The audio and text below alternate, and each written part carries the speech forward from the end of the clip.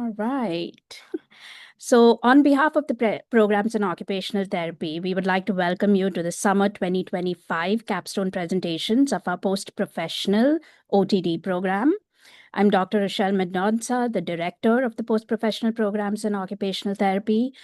And today we have 9 wonderful doctoral students who are going to be presenting their capstone journeys and their final capstone presentations. So to begin with, I'd like to invite Dr. Dawn Nielsen, the Program Director and Professor of Programs in Occupational Therapy, to offer us a few words. Thank you, Dr. Mendonca. I too would like to welcome all of you to the Post-Professional Doctor of Occupational Therapy Capstone presentations. As many of you on this call already know, the doctoral capstone is really the culmination of each doctoral student's journey, and it's really a true reflection of their hard work and dedication. So I want to wish all of our students congratulations on reaching this very important milestone. Let's give them a quick round of applause. Well done. I'm really looking forward to hearing all about your doctoral journeys and your research projects. I also want to take a moment to thank Dr. Mendonca for her incredible leadership of our post-professional doctoral programs that are thriving under her leadership, and also all of our teaching faculty and research mentors. We have an incredible team of educators and mentors that guide our students along the way, and we're grateful to each and every one of them. So I'm going to turn this back over to Dr. Mendonca. Thank you, Dr. Nielsen. So we're going to go ahead and get started with our first presenter for today, Morgan O'Neill, whose capstone is titled An Exploratory Analysis of Assistive Technology Education and Practice Among Occupational Therapy Practitioners. Dr. Phyllis Simon and I were Morgan's capstone mentors, and I'm going to invite Dr. Phyllis Simon to introduce Morgan. Hi, good morning, everybody, and congratulations to everybody. But it is my pleasure to introduce Morgan. Morgan earned her bachelor's in health science and her master's in occupational therapy from Alvernia University in Reading, Pennsylvania. She is a pediatric therapist working in school-based practice, where she is the lower school occupational therapy supervisor at Manhattan Children's Center. The school serves primarily students with autism, neurodevelopmental, and intellectual disabilities, and her work is primarily with students aged 5 to 12. She has interest in crafting, adapting, and creative problem solving, which I think really contributed to how she got involved in cardboard building adaptive devices, and has contributed to her passion for the devices and assistive technology. This passion has also led to a variety of opportunities that started before her involvement in the OTD program and has just flourished. But Morgan now serves as a lab instructor for Columbia's assistive technology course. And we had the opportunity, Dr. Mendonca and I, to participate in Columbia's Irving Institute community-based participatory research program with a grant that explored the use of these adaptive devices with children and their support teams and their care teams. So it's my pleasure. Dr. Mendonca and I would like to present. Morgan will be presenting her capstone entitled The Exploratory Analysis of AT Education and Practice Among Occupational Therapy Practitioners. Turn it over to Morgan. Thank you, Dr. Simon. Morgan, the floor is yours.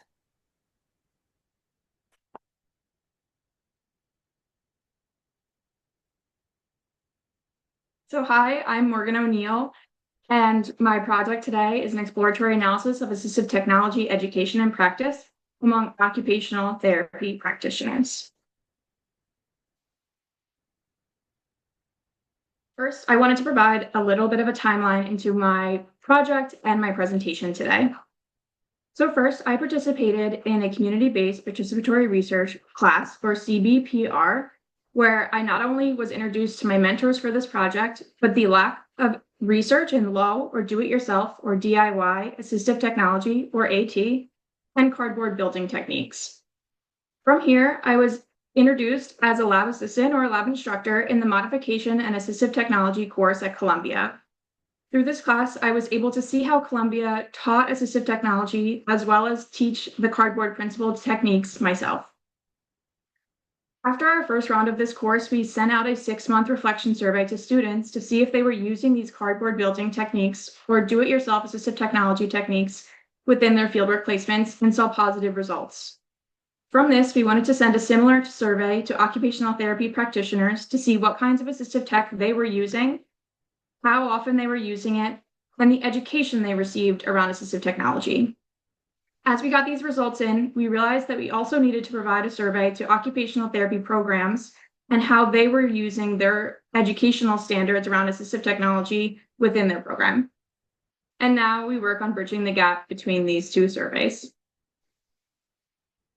So through my time in this doctoral program, I've been working on bridging my own gap in knowledge between assistive technology and cognition. When we build do-it-yourself assistive technology, we follow a process to evaluate, design, build, and adapt, and that is what I've done through this program. One of my first classes enhanced my evaluative process of cognition and OT and how they blend together. Through my theory-guided practice model, I learned how I could start to bring in components of cognitive frames of reference to my work around assistive technology. My case study in the neuroscience class began to build and design on this connection as I was able to make connections by showcasing how a do-it-yourself assistive technology device that we made in the class for motor impairments also impacted the students' cognitive processes. I built on this evaluation and design through my intervention and assessment case study. This case study laid the groundwork for a cognition and AT connection and how I could apply it to my practice. And through conference presentations and conversations with other practitioners, these ideas continue to grow. And as a good design always needs a bit of adapting, this was done through my paper on occupational justice and assistive technology, which highlighted areas of ethics that cannot be dismissed or forgotten. Through this class, I really realized how important education around assistive technology was to be able to give it to other people. And I have started to spread this knowledge myself through teaching in the assistive technology course here at Columbia to future occupational therapy practitioners. As a quick introduction to my research, I wanted to make 3 points. The first was the definition of assistive technology. Assistive technology includes products, modifications, services, and processes that enable people with disabilities to participate in occupations. The next is that the World Federation of Occupational Therapy, or WFOT, advocates that AT provision is a core competency within occupational therapy practice in order to optimize the fit of abilities and engagement in occupations. So therefore, we should be using it as occupational therapy practitioners and teaching it as educators. And finally, the Accreditation Council for Occupational Therapy Education, or ACOTE, 2018, has standards referencing the provision of assistive technology and modifications using assistive devices.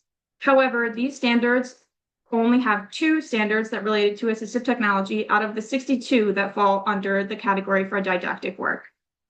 And although new standards are beginning to be used in certain programs, for this research, we're going to focus on the 2018 standards. The methods for both of pieces of my research were very similar in nature. The study design was a survey that was done through Qualtrics and approved through Columbia's IRB. There were 2 surveys and 2 different participant groups. The first was made for occupational therapy practitioners, or OTPs, which included both occupational therapists and occupational therapy assistants working with assistive technology. The survey asked questions relating to how they were using different types of AT, such as high, mid, low, or do-it-yourself AT, as well as their education around it. The second was for educational programs and how they were implementing ACOTE standards in their programs for assistive technology. This asked questions about specific ACOTE standards that apply to AT, what types of AT they were teaching, and how they were teaching it in their programs. Data collection was done through mixed methods with both Likert questions and fill in the answers. Surveys were disseminated via word of mouth, social media, and community and professional blogs. And data analysis was completed through frequency data as well as review of qualitative responses. To begin, we're going to start to discuss the occupational therapy practitioner survey results. There were 162 surveys answered, and there were 150 occupational therapists and 12 occupational therapy assistants, with 38% of them having an entry-level education of a 2 to 3 year master's OT degree. OTPs were from 33 different states, and 51% were from the Northeast. They ranged in age from 22 to 50 plus, and 12 different practice settings were identified on the survey, with some including school-based practice, pediatric and outpatient adult OT, mental health settings, acute care, and early intervention. One of the first questions that we asked on this survey was, how often do you use assistive technology in your practice? And 98% of OTPs identified that they do use assistive technology within their practice at some level, whether that be daily, frequently, or sometimes. This multi-layered chart shows the different levels of assistive technology up against one another so you can see their comparison of use. As I talk about each type, the center will disappear to reveal the next layer. The center of the circle talks about the type of technology I am describing, as well as the percentage of the total use, including daily, frequently, and sometimes answers. When answering these questions, definitions of each level of assistive technology were provided, as well as examples. For high technology, we think of things such as computers, communication devices, or voice recognition software. And 98% of practitioners identified that they're using this within their practice. When looking at mid-tech, we think about pieces of technology such as calculators and digital readers, and 99% of OTPs use mid-tech within their practice. And this was also the level of assistive technology with the highest level of daily use. When we look at low tech, we think about things such as visuals and pencil grips, and there's 87% of OTPs use low tech within their practice. And the last level that we looked at was do-it-yourself assistive technology, which included adapting materials with pool noodles, cardboard, or tape. And 79% of individuals use this within their practice. Now we see lower numbers for low tech and do-it-yourself assistive technology. However, this does reflect what's seen in the research. There's limited research on these types of assistive technology, so it's possible that occupational therapy practitioners don't even realize that the adaptations that they're making are considered assistive tech. After asking about AT levels, we asked practitioners about their education levels. And these questions were both qualitative and quantitative. When asking about their entry-level education, this answer was qualitative. Therefore, the N is smaller, as answers that only contained a definitive yes or no answer were counted.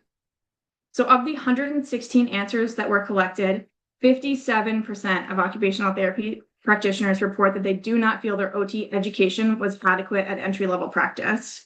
So it's more than half feeling that their education was that way. When OTPs were asked about taking education classes in assistive technology, this was a yes or no answer. So they're all for all 162 responses were counted. And 52% of occupational therapy practitioners have not taken continuing education in relation to assistive technology. So again, over half have reported not doing any further research into this. So as we've discussed, OTPs felt about their own education, we're going to move into the educational program research and how they implement the standards. So our AT education survey yielded 47 results, with 38 being OT programs and 9 being OTA programs. These programs were from across 20 different states, with 39% being in the Northeast region. One of the first questions when we were looking at this AT education survey was we wanted to see if programs had a dedicated assistive technology course, and 81% of both OT and OTA programs did. We also looked at the training that the staff had around assistive technology within these programs. And within OT programs, 42% did have an ATP or an assistive technology professional on staff. Within OTA programs, this was 22%. There was a follow-up question to ask if they did not have an ATP on staff, what kind of training did their staff have? And many answers alluded to lengthy past experience with assistive technology, past ATP certification, continuing education courses, or bringing in a guest lecture.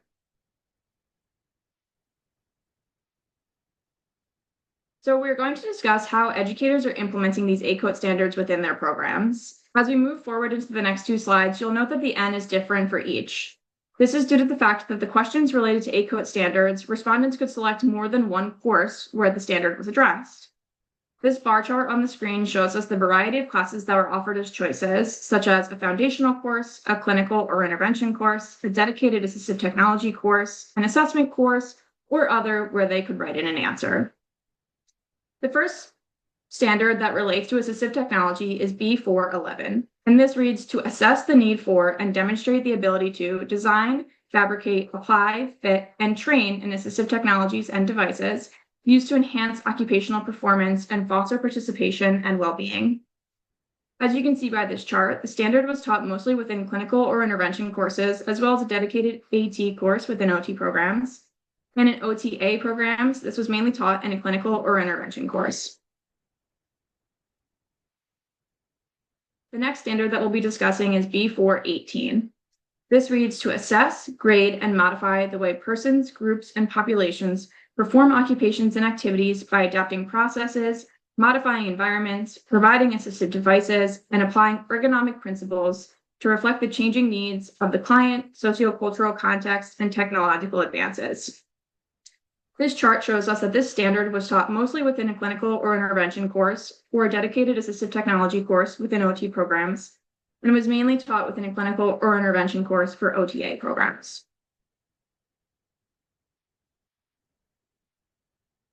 So I wanted to start a discussion about some important information that came out of my surveys, and I hope that you all can reflect on this as well. So again, 98% of occupational therapy practitioners report that they use assistive technology within their practice. 57% of those practitioners report that their education was not adequate at an entry-level degree. 52% have not taken continuing education in assistive technology. However, OTP programs report that they are teaching these standards across a variety of courses within the program. And in the 2023 ACOT standards, the AT standards have been expanded upon to include more information that will be taught. So this survey does show us that OTP programs are teaching these standards around assistive technology, but still more than half of the OTPs that filled it out did not feel that they received an entry-level education for assistive tech. So based on these results, there's a disconnect happening between education and practice, but where and why, and who's responsible for this gap? If OT programs are teaching an introduction to assistive technology, is it on us as the occupational therapy practitioners or as the educators to begin to bridge this gap with a wider base of continuing education and assistive technology that's accessible to the everyday practitioner? And with this in mind, and as you've discussed the need for assistive technology continuing education, I've listed here several resources that can be utilized to engage in assistive tech more in your practice. So please feel free to scan each of these QR codes or screenshot this slide to access these QR codes later. I have resources listed such as the Assistive Technology Industry Association, or ATIA, Quality Indicators for Assistive Technology Services, or QIAT, the Rehabilitation, Engineering, and Assistive Technology Society of North America, or RESNA, or Technology to Unlock Potential. If you're looking for current classes, ATIA has several free continuing education courses on their website across several different practice settings. And I would like to say thank you for your attention, as well as your interest in assistive technology.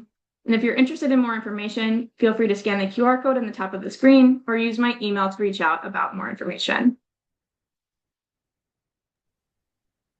Thank you, Morgan. That was great.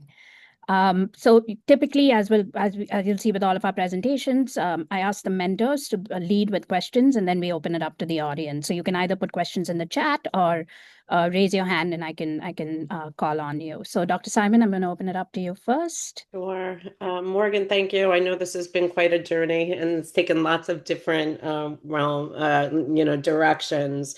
But really hearing this synopsis is really great. And I think being on both sides for you and seeing it has really been very thought-provoking. But I'm wondering from if there was any identifiers or data that came up about what the barriers are for practitioners in using AT. Where some of that, like you said, like people are probably doing it more often, but why aren't they identifying it? Absolutely. And one of those was really, so we had a high number of school-based practitioners answer this survey. And I think, that's my community in practice. So that's really where this survey reached. And a lot of those answers really reflected time, and resources. A lot of school-based practitioners are using a lot of their time to treat students or do documentation. And some of this assistive technology takes time to set up or get situated. You have to train yourself and your students and the classroom on how to use these pieces of technology. And that was identified in a lot of those qualitative answers as one of the issues as to why people weren't doing this more often. Mhm. Did you have any similar findings, or what would you suggest for academic programs to sort of facilitate this kind of work and heighten the awareness about it? It was really interesting. So we have done this presentation at different AOTA conferences. And through those conferences, we were able to discuss with a lot of academic programs how they implement this and how they're teaching it. And I was able to go to a couple of different poster presentations as well as talk to those that came to mine. And something I think that the most is really just sharing resources. In our AT program, we talked a lot about building with cardboard, but we're also teaching the students to build switches and what the different types of tech are and how to use them. And I had a lot of great conversations with other OT educators about how we could begin to do that as well. Yeah, that's great. I'll turn this over. Thank you, Morgan. Thank A lot you. of work still ahead of us, but it's been great, and you did a phenomenal job of highlighting a really important area. Thank you. Fantastic job, Morgan. I'm just going to ask two quick questions. So, we had a lot fewer OT academic programs respond than actual therapists, right? You had 162 therapists and I think 30 something academic programs. And almost everyone who responded said that they definitely did it in their clinical intervention courses or they had a dedicated AT course. Do you think there was a bias there where people who did it well responded? And because from the education program perspective, when you look at the results, everyone's doing it well. Then where is this gap coming up, right? Why is this? Why are we seeing this gap? I do think there could be a potential for bias there. When we did the results through the survey, we were able to see people who opened the survey and started it but did not complete it. And I think that that may have contributed to when we were asking questions about how they were implementing it or how they were doing it. And right, if this is something that a program is struggling with implementing, it may also been a reflective process for them as well in where they were missing the mark on some of these pieces. Yep, I agree. And then just next steps. What do you see as next steps in this process? I'm not going to say project because it's a process. I think that this opens the door for a really big next step that will have to be broken down. I think that this is something on us as occupational therapy practitioners, as well as people working within the education program, to really begin to bring attention to this in practice. I had a couple of answers that I found that were really surprising that said, they never use assistive technology, and every answer was never. And I think that those are the therapists that maybe don't necessarily know what qualifies as assistive technology. Typically, there's not a lot of advertising or marketing around assistive technology, continuing education classes, or it's around high tech that's really inaccessible to people in a typical everyday practice. And I think that we need to be advertising the mid and the low tech levels that we already have access to and how they qualify as assistive tech. Yep, perfect, perfect. Awesome. All right. So I'm going to actually call on some of the faculty who have asked a few questions. So Dr. Urban, if you would mind asking your question. Yeah, sure. I guess I'm on the right here. That's right. Okay. Sorry. Yes, when I was looking at what you're saying about 98% were using AT, but only 52% reported being trained. And I was just wondering, I put a follow-up question in the chat, but I was just wondering, like, do you feel like what's like the issues of them not being trained in school? Like how that impact like the ethical considerations that they're saying they're not trained, but they're not also not seeking higher ed courses. I think the other stat you had on there, they didn't get the train through higher ed. So like, you're looking at like roughly like 40 or 50 people, 50% almost of people engage doing a practice where they're saying they were never trained. So what's the ethical consideration for that? And then do you think that maybe some of it is that they were trained, but some schools maybe just giving like a lecture versus like other schools where they have a whole class dedicated to certain topics and some AQ standards to be met just through a lecture versus a whole course? I don't have any thoughts on that. Yeah, and that did come up a little bit in so we asked them like how they felt about their education, yes or no, and then there was a fill in the response for that. And a lot of people had responses that were like, oh, we learned about this like one specific type of assistive tech, or right, we had a guest lecture.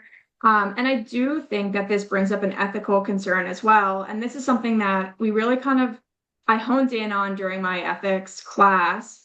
And, we're preaching that we're evidence-based practice and we want to bring that, but we're using this, intervention almost within our practice all the time, and it's not evidence-based. And a lot of people just reported like, oh, I learned from someone else on the job, or I figured it out as I went. But if we're trying to instill that we have evidence-based practice, we really need to hone in on the research in this and be able to prove that it is. Fabulous. Thank you. Dr. Preeson? Sure. Are there billing codes specific to creating AT devices for the therapist's time, not for the device itself? That is a fantastic question, and I'd have to do some more research on that. As I said, I'm in school-based practice, so I'm not super familiar with billing codes and putting all of those in through the system, but that's something that I can definitely look up and get back to you on. Yeah, I'm not either. I'm in mental health, but I think sometimes billing codes drive so much of the programming, and Absolutely. and that can drive some of the education also, unfortunately. Yes. Dr. Nielsen, I know you had your hand up and then it went down, but do you have a question? Well, actually, I think my question was answered with some of the other questions that came up, but I did want to just ask Morgan. First, Morgan, a wonderful job, great work, congratulations. Can you just remind me, the practitioners that you surveyed, how many years out were they from their educational process? We had a wide variety of people across a lot of different types of educational programs and how far out people were. We offered options on the survey for if they've been practicing 3 to 5 years, 5 to 10 years, and most survey results had been practicing for 20 plus years. And I think this also did contribute to some of the educational standards that we were seeing. In that a lot of those responses also did mention, they had a lot of low tech, or that high tech really expands very quickly now. So, they had a base level of high tech practice when they were in school. However, now it's much more advanced. Yeah, thank you. That's what I was kind of wondering, if there was a relationship there, because things have changed so much over time, and even how programs are addressing it right now has changed also over time. So so maybe in follow-up work you could dig a little bit deeper into those relationships as well. So thanks. That was a great presentation. Yes, thank you. Thank you so much, Morgan. That was fantastic. And great job. Congratulations. There are lots of congratulations in the chat, so go take a look at that. Also, a couple of comments. So wonderful. Great way to kick off today. And we are going to continue with our spree of fantastic presentations. So I am going to move on to our second presenter now, Lindsay Novakovic, whose capstone is titled Establishing Content Validity of the Occupational Performance in Sexuality Scale, the OPSS. And I'm going to invite Dr. Razan Hamed to introduce Lindsay. Good morning, everybody. Can you hear me? Yes. Okay, well, hello from the Caribbeans. I wish I could show you around, but you can come for yourself and see. I'm the mentor of this coming presenter, so I get to be as excited as it feels right to introduce her. So I am so excited to introduce Lindsay today because in my opinion, she is an OT star. Her journey is the exact reason why an OTD level or post-professional education level existed, because we want practitioners to bring in their clinical practice and clinical experience and personal experience to light and take it and create change with it for the rest of the people in the profession. So to me, Lindsay is a perfect example why this exists, this level of education. So I'm so excited to introduce this OT star, who is definitely a change maker, who is going to leave an impact on our profession with her journey and advocacy efforts. But the formal presentation of Lindsay would be, she is an OT practitioner right now in outpatient services, specializing in sexuality and pelvic floor. Her undergrad studies was in disability studies from Empire State. And again, Lindsay is a huge advocate for access and accessibility in all areas of functioning, but especially in sexuality and intimacy. So not only she is a change maker, but she's also definitely a brave soul and a darer to probe into this area of functioning that we consider the road less traveled. So I'm so excited to introduce Lindsay, who will tell you a little bit more about where she is and how this journey started. And I'll tell you more about that when she's done also. So Lindsay, take it away. Thank you so much. All right, Lindsay, you're up. Good morning, everyone, and welcome. Thank you for being here today.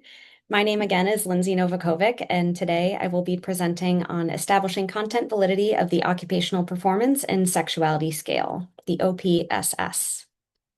I want to start by sharing a little bit more about myself. I'm an occupational therapist here in New York City. About 1 year before my master's program began, I became disabled by an autoimmune connective tissue disease. About 3 years ago, 2 semesters into my master's, I began working on this research based on my lived experience navigating disability, healthcare, school, and dating. I've been practicing for 8 months in an outpatient setting, specializing in sexuality, pelvic health, gender-affirming, and trauma-informed care. I'm a certified sexuality occupational therapist, and I'm trained in urogenital and colorectal pelvic floor occupational therapy. I established sexuality and pelvic health rehab in my current outpatient setting. And as Dr. Razan Hamed said, I have a deep passion for disability rights advocacy, education around disabilities, particularly those that are invisible or dynamic, and promoting inclusivity in and outside of clinical settings. Next, I'd like to share a brief synopsis of what I'll be discussing today. My capstone was focused on the development and content validation of a self-report screening tool for people with disabilities called the Occupational Performance and Sexuality Scale, OPSS. The purpose of this measure is to fill a long-standing gap in feasible sexuality-related assessments and care. It evaluates client-reported satisfaction, engagement, and performance in sexuality-related occupations. Client self-reports in this measure will support the development of client-centered, occupation-based interventions.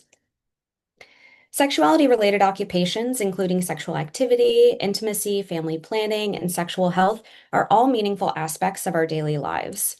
Despite their importance, these occupations are often overlooked in clinical settings, leading to occupational injustices such as deprivation, marginalization, and imbalance. The objective of conducting a scoping review first was to identify existing holistic measures for adults over the age of 19 that inform occupational therapy practice regarding client participation in sexuality-related occupations. A comprehensive search was conducted across 6 databases for articles published between January 2010 and March 2025. We used the PRISMA scoping review framework and included studies that used holistic measures and assessed participation in sexuality-related occupations. Out of 348 articles initially identified, none met the inclusion criteria.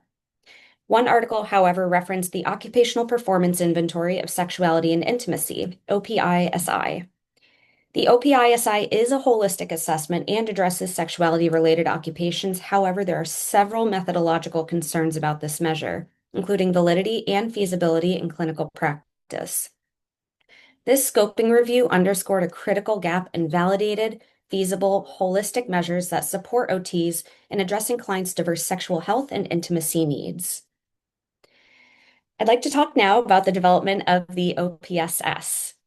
The scale in its original form consisted of 2 parts.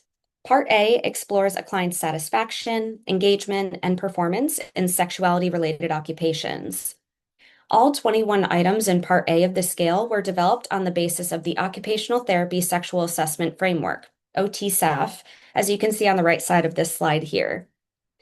The OTSAF is a framework scaffolded on our Occupational Therapy Practice Framework, OTPF4, using the context of sexuality to guide professional practice, define scope and boundaries of sexuality in OT, and guide assessment, intervention, and evaluation processes.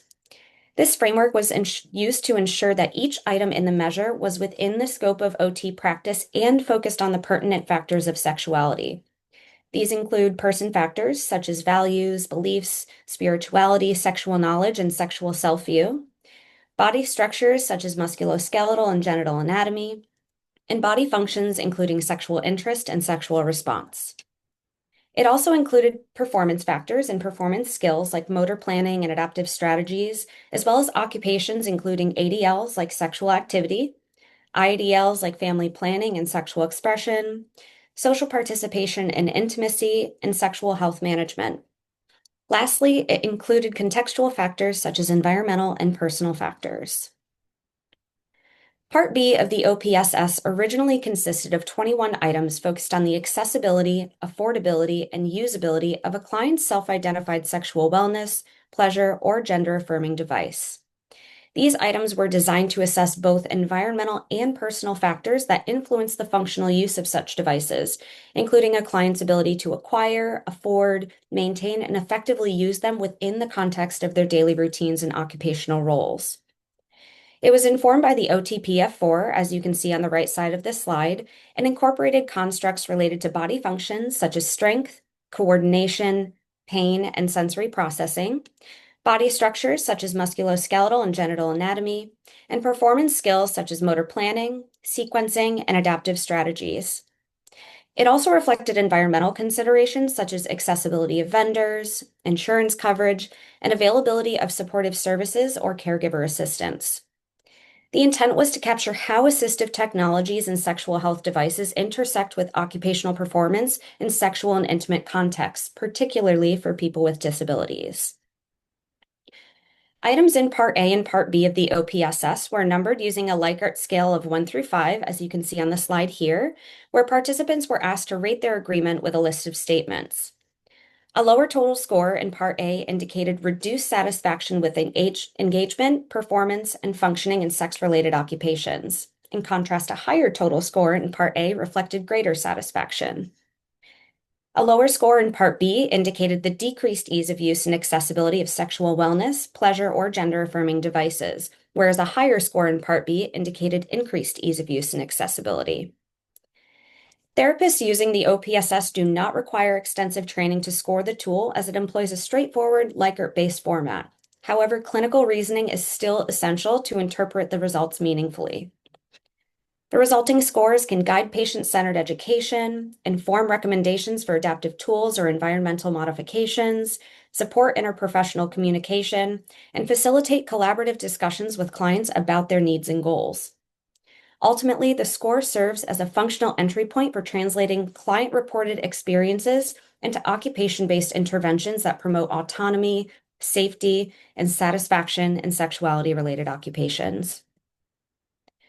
Following IRB approval, recruitment emails, Instagram stories, and LinkedIn posts were shared within the lead authors network to convenience, Purposive, and Snowball sample participants. There were 2 groups of participants for the content validity of this measure. Expert participants were required to have 10 or more years of professional experience in OT, have published at least 1 article, and live in North America. Client participants were required to have a disability that affected physical functioning, live in North America, and either have an interest, be currently receiving, or have previously received sexuality and intimacy-related therapeutic support.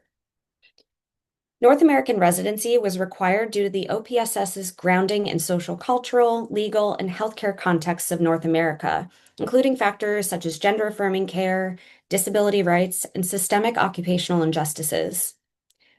Limiting initial validation to this context ensures relevance and accuracy within the population for which the tool was designed. Once both groups of participants were identified, they were sent an email with a copy of the OPSS and links to 2 surveys for qualitative response, 1 for each part of the OPSS.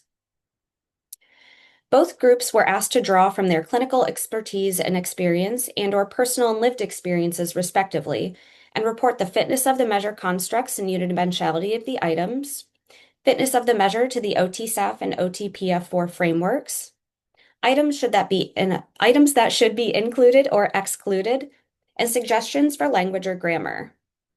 Once qualitative data was collected for all participants for both parts A and B, feedback was organized into an Excel spreadsheet for thematic analysis.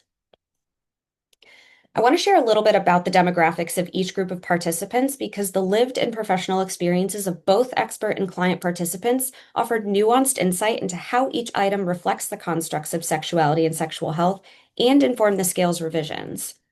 You can see the full demographics of each group of participants on the slide here.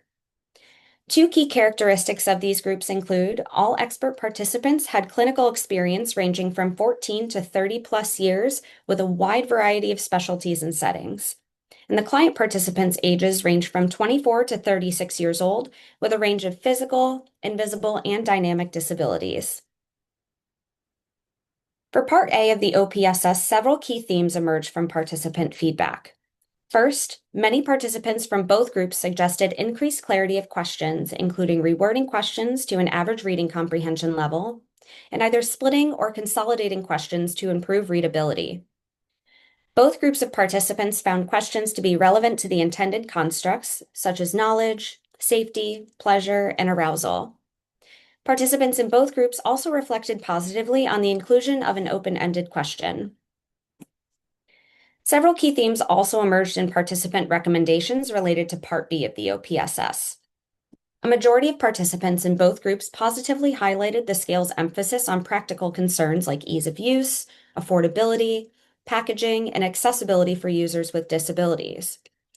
Similar to Part A, several participants in both groups proposed the use of simpler language, including rewording questions to an average reading comprehension level, defining clinical terms when used, and consolidating similar concepts and questions. Participant feedback from both groups also stressed accounting for different levels of physical and cognitive ability in device use. Participants in both groups affirmed that the questions in Part B appropriately represented the constructs, including sensation, button usability, and strength required to use the device. Revisions were made to address both groups of participant feedback. First, grammatical and phrasing suggestions were immediately revised in the measure. Items were then reduced to an 8th grade reading comprehension level through the use of artificial intelligence to ensure ease of readability and comprehension. This second large revision served a dual purpose. It simplified language and provided clear definitions to boost readability for clients, and as a side effect, supports clinical use of the measure by healthcare providers in and outside of occupational therapy. However, as one client participant pointed out, complexity arose with scoring, as the meaning of scores 1 through 5 differed between Part A and Part B, and each score could be interpreted with dual meaning. For example, 1 could equal very unsatisfied or very difficult, which are two different directions of understanding. After changing the scoring for Part A to reduce complexity and improve clarity, it was determined that Part B of the measure would be removed to boost overall measure usability and acceptability by OTs and clinics using the measure. This would improve time effectiveness and reduce the burden experienced by the client and clinician when employing the measure in practice. The revised and final OPSS included 20 total items, with items 1 through 19 using a 5-point Likert scale and a not applicable option, as you can see on the right here, and 1 qualitative question for open response. Based on informal clinical testing, the new version is averaging less than 4 to 5 minutes to complete. You can see a recently completed assessment by a client on the slide here. This client is a 31-year-old cis woman with lived experience of autism and pelvic floor dysfunction significantly impacting her quality of life and participation in daily activities. She completed this screening measure with her intake paperwork in just 4 minutes. Before I invited her into a private room for evaluation, I had already learned so much about her. She does not understand her sexual anatomy. She does not feel that she can adequately care for her sexual health. She's not satisfied with her level of sexual interest. She does not understand how to become sexually aroused or evoke pleasure. She's not confident in her ability to use sexual health or pleasure-based devices or services, and she's not confident in her ability to source or utilize sexual health or pleasure-based items or services.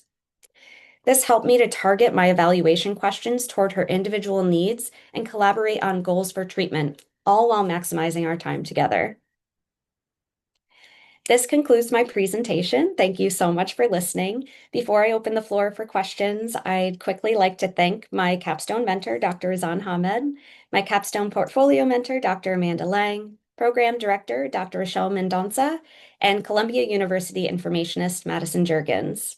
I'd also like to thank Pro Health and Fitness for affording me the opportunity to bring this important work into their practice. If you'd like to view my references, please follow the short link on this slide. And now I'd like to open the floor for questions. Fabulous. Thank you, Lindsay. That was a great presentation. I'm first going to open it up to Dr. Hamed as your mentor to ask you the first round of questions. Okay, well done, Lindsay. And again, I do want to, before I start my questions, I do want to start with a perfect example of the very last slide you talked about, which is an example of how a client used, for testing, you use a client's perspective on that. And what you shared in the very last sentence, yeah, if you can go back to this, what you shared about what you learned about her is exactly why assessment is important in the OT process. It's to help us understand the person and their experiences and who they are. So this is a perfect example of a client-centered approach. So I love this piece that you shared and how it helped you not only understand what's wrong with the person, but the person, who they are, where they're coming from. So, and to me, this is exactly the art of assessment. An assessment is not just a tool to help you come up with a checklist of what's wrong, but it's really the key and the gateway to working with our clients. So this is really beautiful. Well done. And as a person who done a lot of assessments and assessment validation, to me, this is priceless. And this is why it takes me back to what I started saying about you. This is a game changing for this area of functioning. This is great already. And again, I can sing your praise forever just because, one, I'm a big fan of your work. I'm a big fan of your journey too. I remember seeing you the very first time in Research One, that lovely course as an OT student, and witnessing your journey with disability and your advocacy toward access and accessibility. And then this, to me, I really stand in awe of this journey and what you're doing with this. And I'm so excited to see what comes next for that. So I could talk for hours, but I'm not going to. But good job, Lindsay, so far. Thank you. I do have two questions. One is a technical question. The other one is clinical. Obviously, anyone who works with or creates assessment tools, they get the questions like what's next, etc. My question is on psychometric properties, because a great assessment that tells you a lot of stories about the client is great, but you do have to make sure that they are valid, they're standardized, and they are technically robust. So my question to you is not whether or not you should be working on psychometrics. Of course you should. My challenge to you is what kind of psychometrics would you pick to choose to focus on next, and why? That's a great question. I actually have the slide just for that. So quick, just to preface, I have this in two kind of phases. So the first is the current steps I'm taking and immediate next steps. So the first step is I'm undergoing copyright for IP of the assessment. It's currently under review at OJOT, fingers crossed. Once it's copyrighted, it's going to be published on my website for free download. Obviously, one of the biggest barriers in this field is access. So I'm not going to sell this assessment. It's going to be for free, widely accessible to anyone and everyone who wants to use it. And then communicate with other professions, network with doctors, PTs, PAs, RNs, and conduct in-services wherever I can. But onto the psychometric properties. I'm looking at convergent validity. I want to know the association of the score to other measures that might be similar.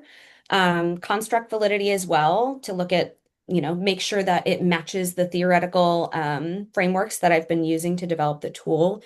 And lastly, reliability, because I want to make sure that the results are reproduced under similar conditions. Great answer. Thank you.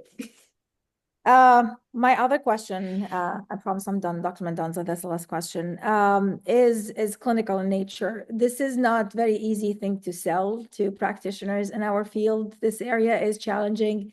It's not everyone's cup of tea for a lot of reasons. We are as practitioner who we are as people, and sometimes we try to separate that, but a lot of people don't feel comfortable practicing, talking, addressing these issues with clients. And even those who want to need training, and they need a good understanding of this. This is a sensitive area of practice. So how are you going to navigate, how are you going to promote this tool with your coworkers? How are you going to sell this? Not sell it in a money sense, but how are you going to make this something that we use just like any other assessment tool that we love in our profession?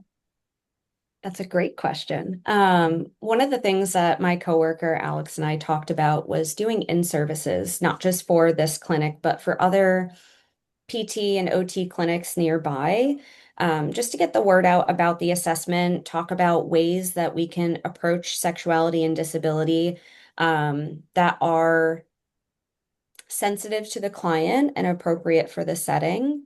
One of the things that I wanted to do with publishing this on my website is to have easy, comprehensible research leading up to the download. So talking to clinicians, whether OTs or other healthcare providers, about why this is important, simple ways that you can address it in a very comfortable, sensitive way to your client. And offer opportunities for one-on-one meetings with me to kind of brainstorm how someone might approach it in their setting if they're still feeling unsure based on the information that they've either seen in an in-service or gotten from the website. Sounds good. All right, that's all for me. Thank you. Thank you, Dr. Ahmed. Dr. Urban, can I ask you to unmute and ask your question? Yeah, sure. So as a former speaker of the RA, we oversaw the development of the professional settle statement on reproductive health that was passed in 2024.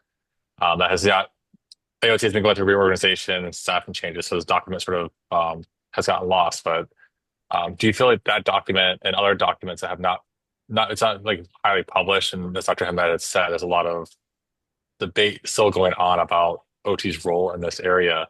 Do you feel that's like a barrier, or not having that out at the national level, sort of like, I don't know if you came across it in your research from there.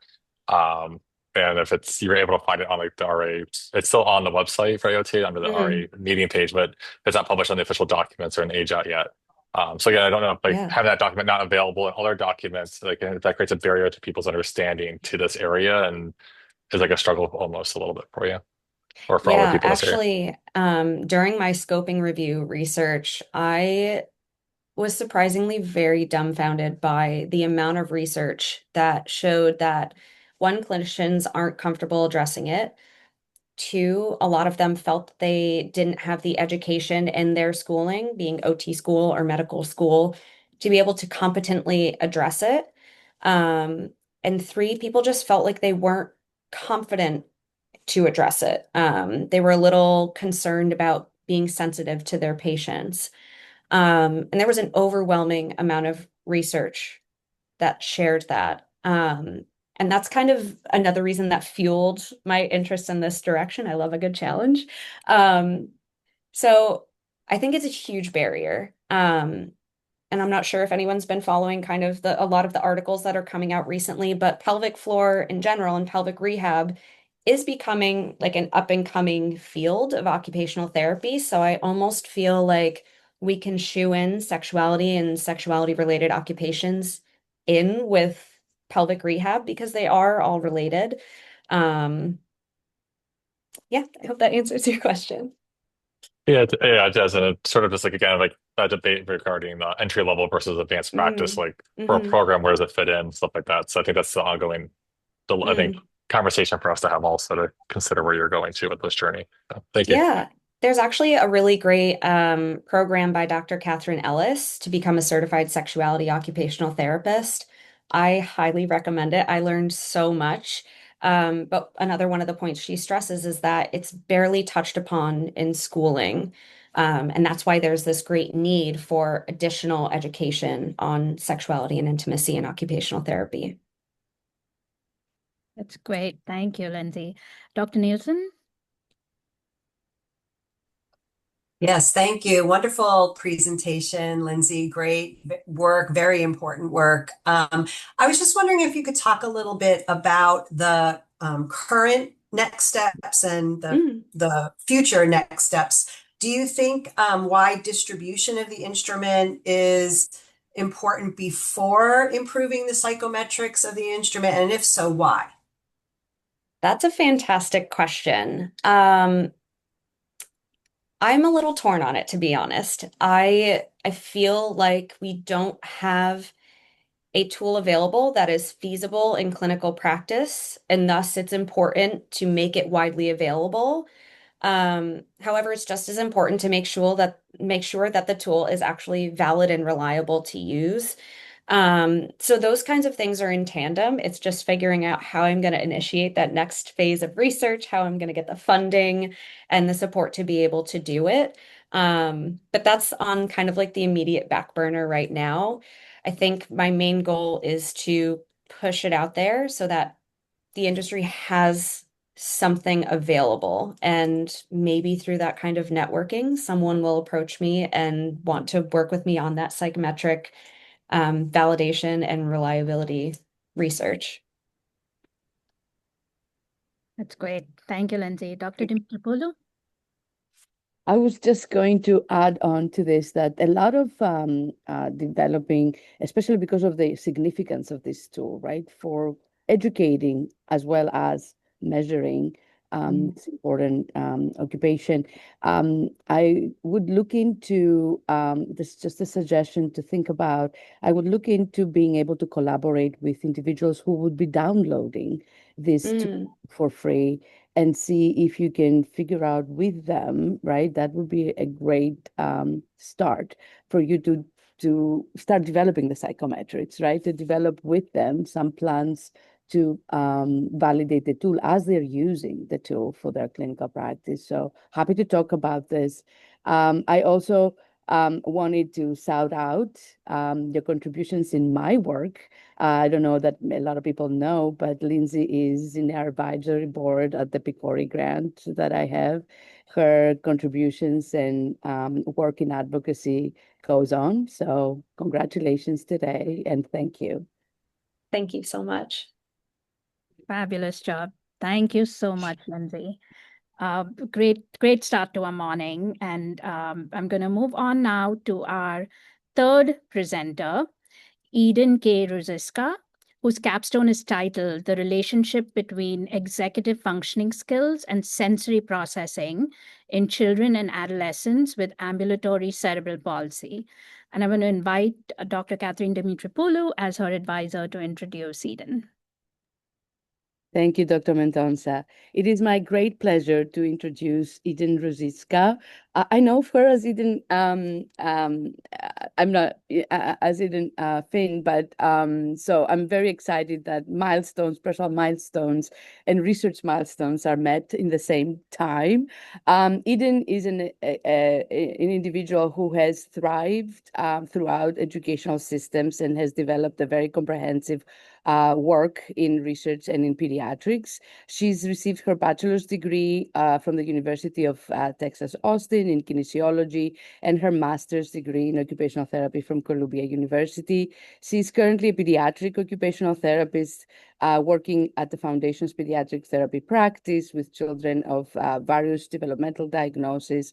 And she's worked as an technician and any other way she could think on various settings, including hospital settings such as Texas Children's Hospital, community-based practices within occupational therapy and across interdisciplinary sets. Eden will present today her capstone project culminating her experience within the MS OTD program. Eden, I can go on, but I would love you to take the floor and speak for your project. Thank you, Dr. D. Okay.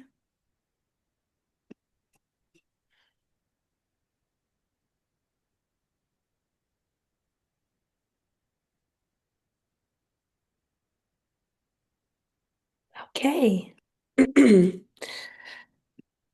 Hello, everyone, and thank you for being here today. My name is Eden Rosiska again. More recently, I used to be Fink, if anyone knew me as that, but today I will be presenting my capstone project, which is the relationship between sensory processing and executive functioning skills in ambulatory children with cerebral palsy.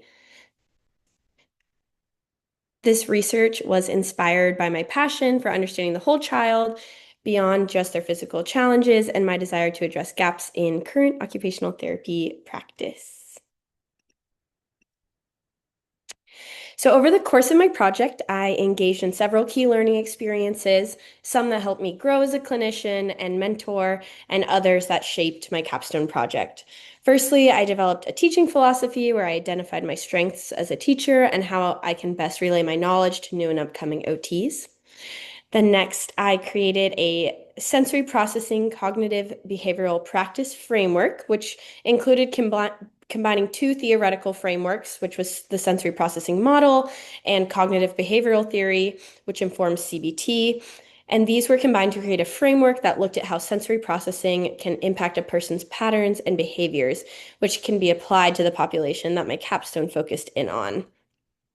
As well as I earned a certification in DIR floor time.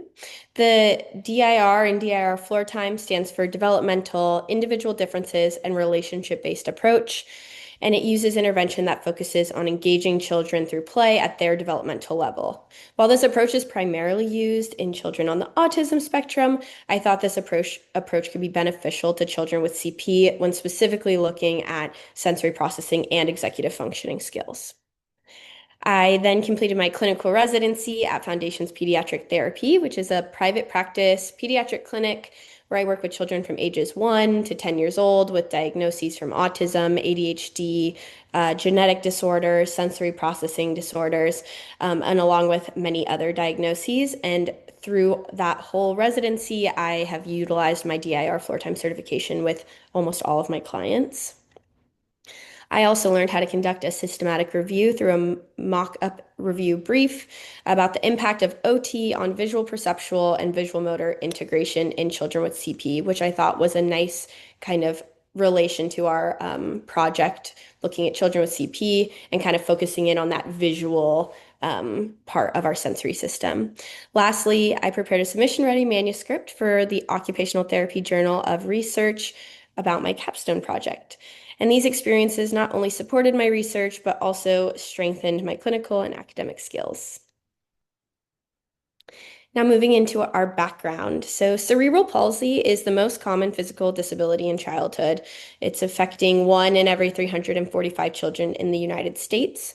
And while CP is often discussed in terms of its effects on fine and gross motor skills, it can also significantly impact other domains, including sensory processing, where limited research did find that tactile, auditory, visual, vestibular, and proprioceptive systems can be impacted in children with CP, as well as some research found that executive functioning, such as attention, inhibitory control, which is our ability to regulate thoughts and actions and suppress other ones, along with cognitive flexibility, which is our ability to change strategies and adapt and not get stuck in something, information processing, and working memory were all things that we also saw being impacted in children with CP.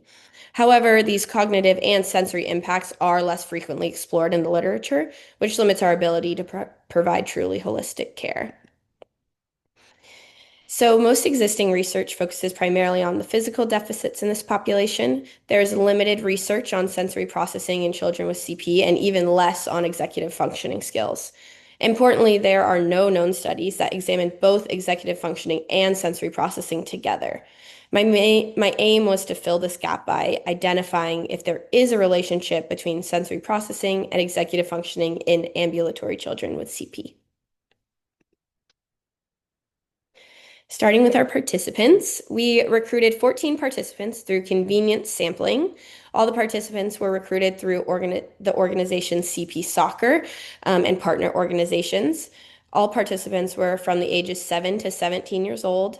The group included 10 males, 3 females, and 1 non-binary participant, as well as representing a range of racial and ethnic backgrounds, as you can see here. We excluded those with more severe mobility impairments and children with significant comorbidities, specifically vision, behavioral, major orthopedic surgeries, and significant medical problems to reduce confounding variables. This table summarizes the 14 participants' characteristics when looking at their cerebral palsy diagnosis. So it includes gross motor function classification system level, which is GMFCS, and their history of falls. You get to see that there's a variety of diagnoses. All participants were GMFCS level 1 to level 3 due to the fact that this was part of a larger scale study that was looking at physical activity. It's called the Game On Project. And so it followed those same criteria. So GMFCS level 1 is a child that is ambulating independently without support. Level 2 is ambulating with some sort of support to go upstairs. Maybe they need to hold the railing. And then level 3 is someone who is ambulating independently but using a device, so a walker or crutches, things like that. So out of these 14 participants, 5 were GMFCS level 1, 5 were GMFCS level 2, and 4 were level 3, meaning all were ambulatory but demonstrated varying degrees of motor involvement. Several participants, particularly those of higher GMFCS levels, had a history of falls, while others did not. The falls noted are serious falls in the last year that caused a person to either need to go to the doctor or the ER, and about 50% of our participants had had a major fall in the last year. This variability highlights the diversity of functional abilities within our study group and provides context for interpreting sensory processing and executive functioning results.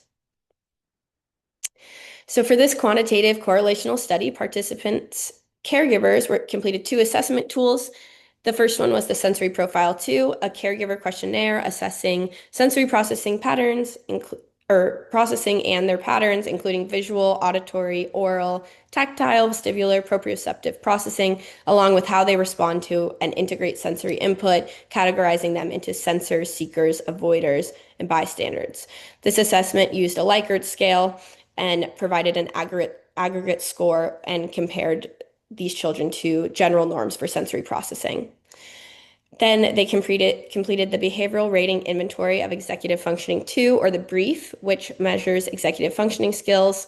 This is a standardized assessment that compared them to same-aged peers and looked at the executive functioning skills, including inhibit, self-monitor, shift, emotional control, initiate, working memory, plan and organize, organization of materials, task monitor, and task completion.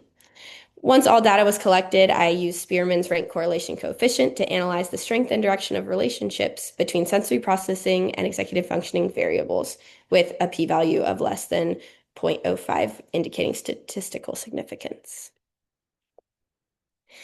So here we're going to look at the distribution of our scores. So this box plot is demonstrating the distribution of scores for the specific subscales of sensory processing and the behavioral variables among the participants. So the horizontal lines represent the norm range that the aggregate scores are likely to fall within based off of their raw scores that we got.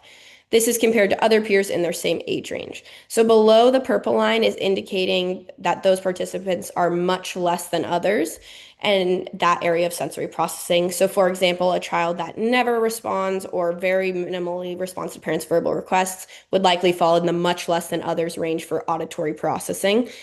And then the participants between purple and green are considered less than others. Between green and yellow are just like majority of others. So this is where our typical children are falling. The scores between yellow and red are more than others. And lastly, scores above red are much more than others.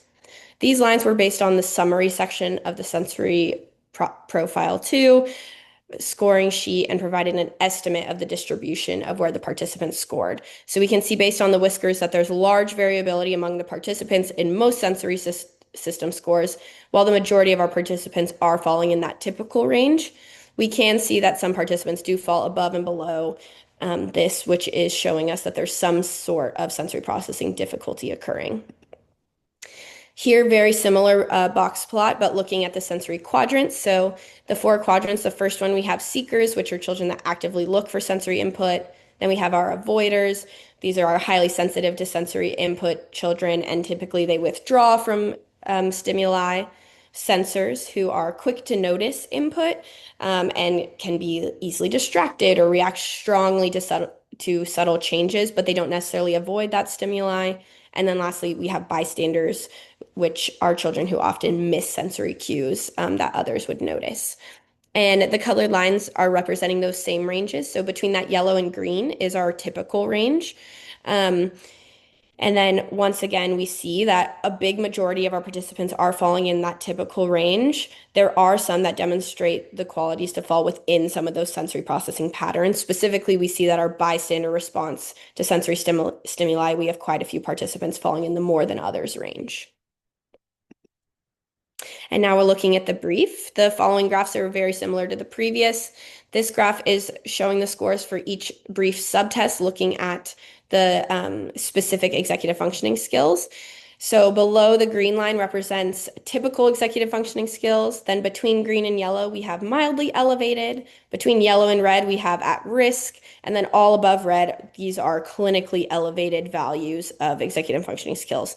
So these values help identify which participants are scoring in a range that would suggest treatment would be recommended.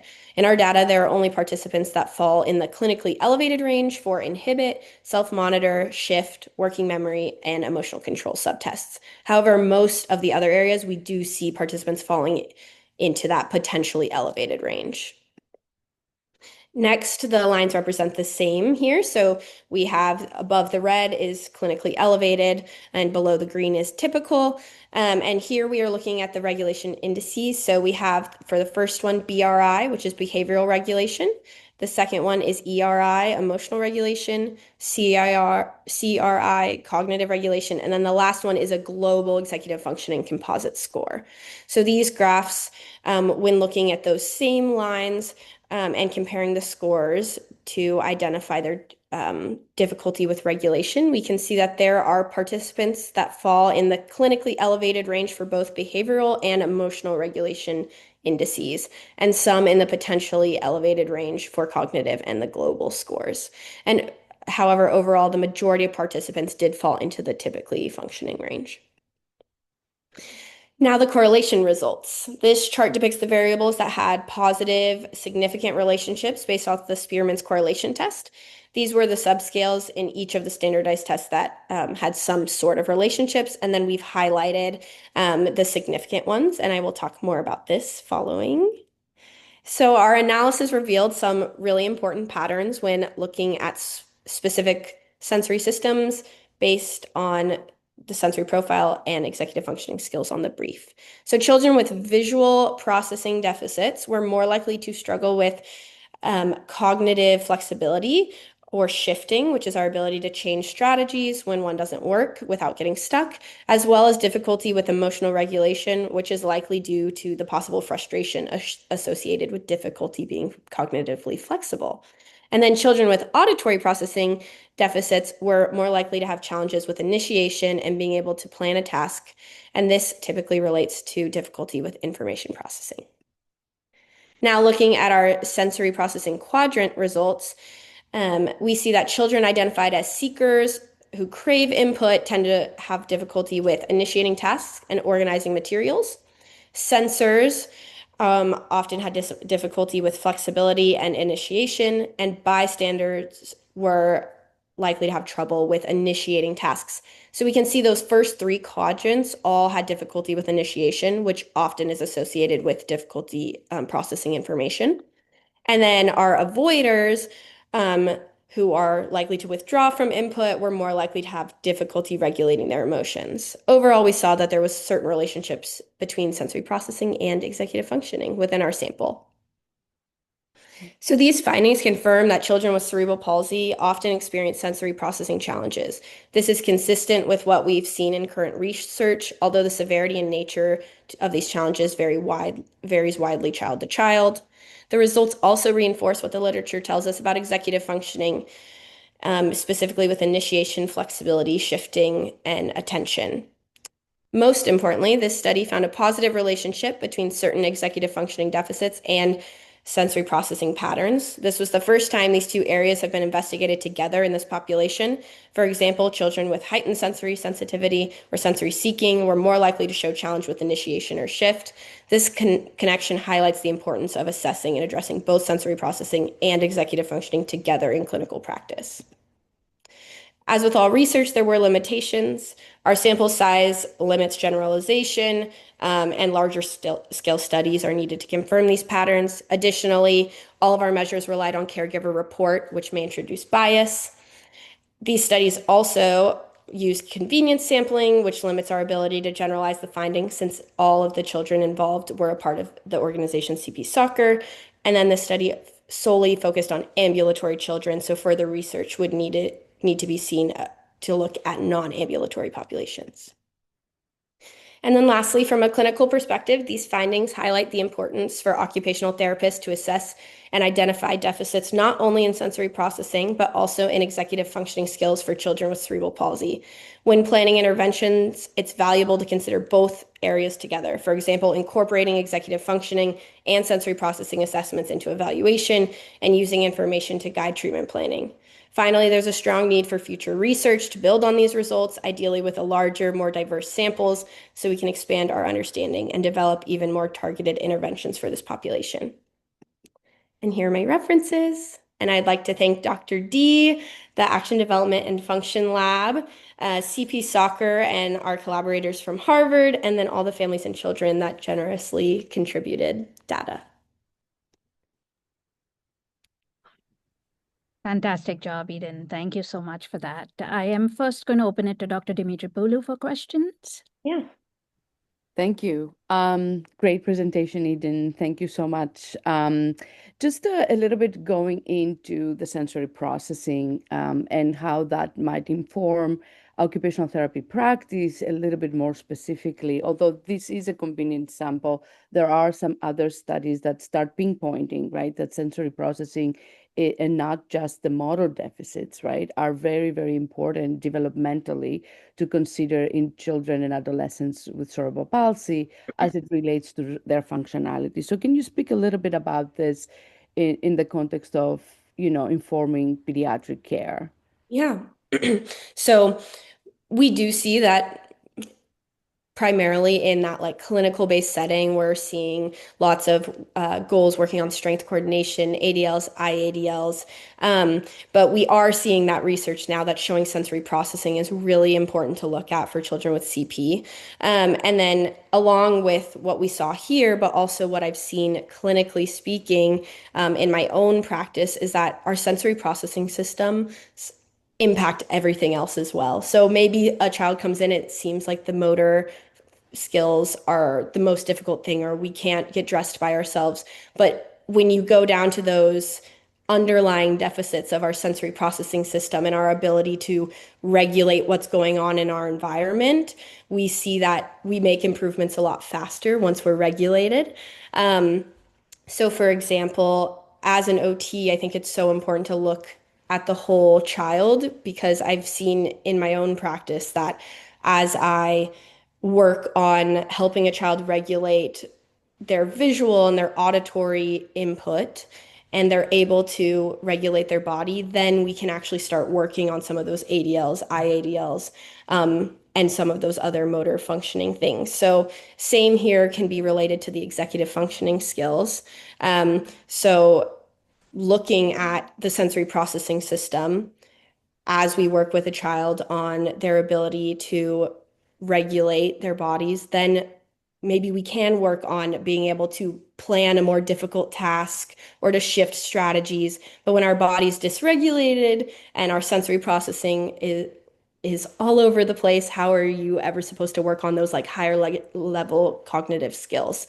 So I think just overall incorporating sensory processing evaluation into every kid's typical evaluation when they come in and they see an OT is so important. And we do that at my clinic, where no matter what they're coming in for, we still do some sort of sensory processing evaluation or assessment. Yeah. And I have one more question. In terms of the variability that you see, right? Not everybody has sensory processing and not everybody has executive functioning problems, although the two may be related. What would be good suggestions for next steps to think about this, two factors as they contribute to kids' functional skills? What would be the next step, either for clinical practice or if you feel comfortable also for research to be? Yeah, I think research-wise, the biggest next step is just a much larger sample size. Um, Being able to see kids on a much wider range. Obviously, we have that variability, but we have one or two kids that are way up here and one or two kids that are way down here. We want like a very large population in each of those areas so that we can really see what that relationship is for children who have really a lot of difficulty in specific sensory areas, but also children who are a lot less responsive versus children who are a lot more responsive, and how that impacts their executive functioning skills. So, a much more diverse pop and large sample size, I think, is important. And then, clinically speaking, I think just considering that all children are different and unique. And while this is a small sample size and it's specific to children with CP, but I think for me, clinically going forward, I want to try to carry this relationship just in the back of my head with me working with any children. So all the kids that I work with, they range in diagnoses. And it's been very interesting since doing this project to see that I noticed the relationship with very specific executive functioning skills and very specific sensory processing things. I see that as I work on one, the other starts to improve as well. And it doesn't mean that that will always happen, but it's just something to keep in the back of your mind when working with any children going forward, especially now that we saw that there is some sort of substantial relationship there. Thank you, Eden. Of course. Fantastic. Dr. Guzman, I know you had a question. Yes, thank you. Wonderful study, Eden. I'm so excited about to see this. You really tapped into an area of practice that we don't normally see as practitioners, because we usually tend to focus on motor skills, right? Not executive functioning and certainly not SPD.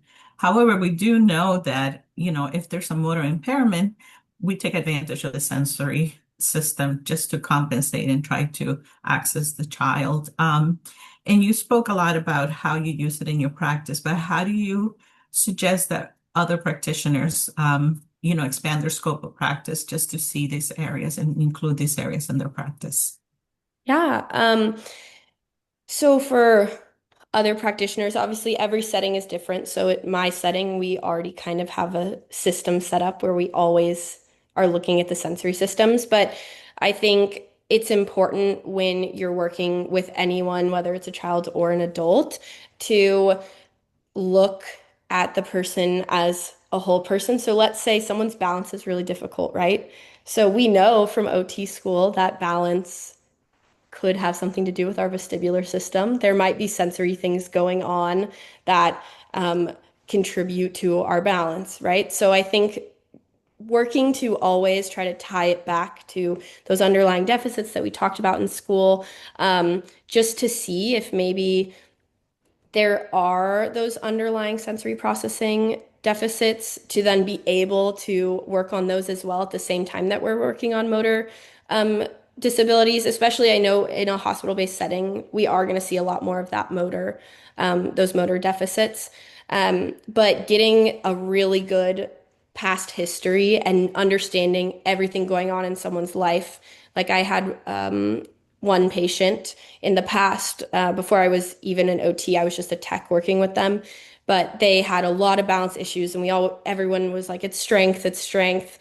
And then we found out that this child got car sick very, very easily, had lots of very interesting vestibular things going on, got super dizzy, but just doing linear swings on the swings, so they avoided it. And then that OT started being like, maybe it's the sensory system going on. Maybe it's not just that we're weak. Weakness can play a role too. But I think in any setting, you getting that deep history to know all those little things about them and then be able to inform how you treat them is what's the most important. But yeah. Wonderful. Thank you and congratulations, Eden. Thank you, Dr. Guzman. Fabulous job, Eden. Congratulations. Thank you. All right, so we're going to move on to our next presenter for today, Emily Cohen, whose capstone is titled Effects of Outdoor Play Intervention on the Development of Balance and Coordination in Children with Sensory Processing Differences. And I'm going to invite Dr. Guzman as Emily's mentor to introduce her. Thank you. Well, it is my privilege and my absolute pleasure to introduce Emily Cohen. Emily is a registered occupational therapy in New York. She is licensed in New York State. Obviously, she completed her master's degree in our program, and she held a leadership role in social activities as a coordinator of SODA. So before attending CUOT, Emily completed her bachelor's degree in psychology and studio art at CUNY Hunter College. Her area of practice is pediatrics. She has clinical experience in a variety of settings, including schools and outpatient clinics. Emily is deeply passionate about supporting children in building their skills they need to thrive every day, whether it's gaining independence in self-care, participating in play, or succeeding in the classroom. And she's especially committed in creating therapeutic experiences that are meaningful, engaging, and inclusive. And this passion has shown through as she completed a study that involved her traveling to Central Jersey, about a 2-hour commute weekly, in order to collect her data. So it is my absolute pleasure to present Emily Cohen's research. Fabulous. Emily, we're going to turn it over to you. Thank you, Dr. Guzman. Can you see my screen?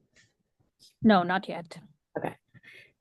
Hi, everyone. Good morning. My name is Emily Cohen. Thank you for coming to my capstone presentation. My capstone topic is analyzing the effects of outdoor play on motor function in children with sensory processing challenges, a pre-post intervention study.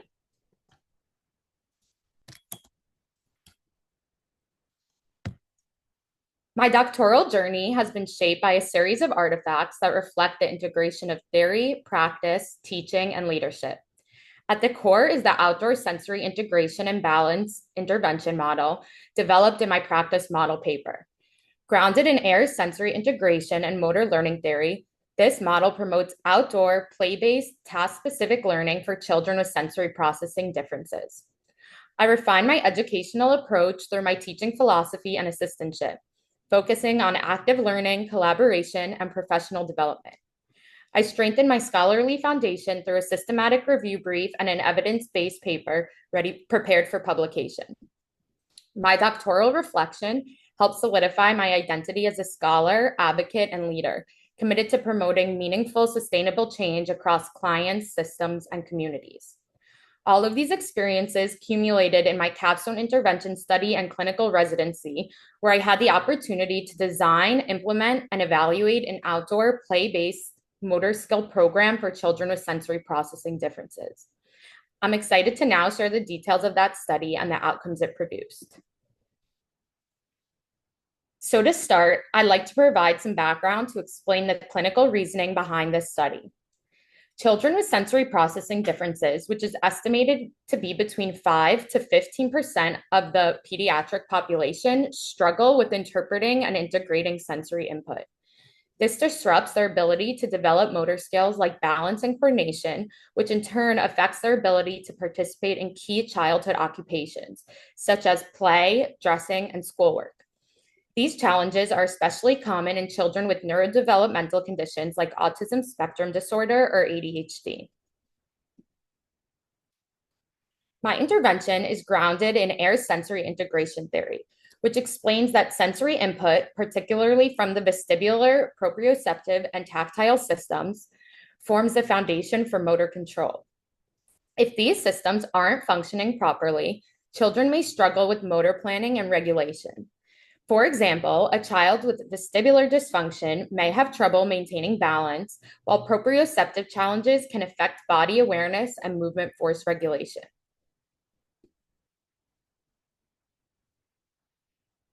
Play is more than fun. It's foundational to development and an essential occupation for children. Play builds sensory motor skills through the movement and sensory exploration. Outdoor play, in particular, provides a multi-sensory experience that can't be replicated indoors.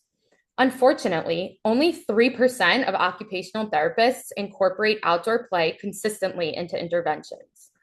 Barriers such as safety concerns, screen-based habits, and structured schedules limit children's access to this valuable occupation. Additionally, research has shown that children today are getting an average of 48 minutes of outdoor play per day, which is a stark contrast to the 4 to 6 hours reported by adults regarding their own childhood outdoor time. The goal of this study was to examine whether participation in outdoor motor skill play could improve balance and coordination in children with sensory processing differences.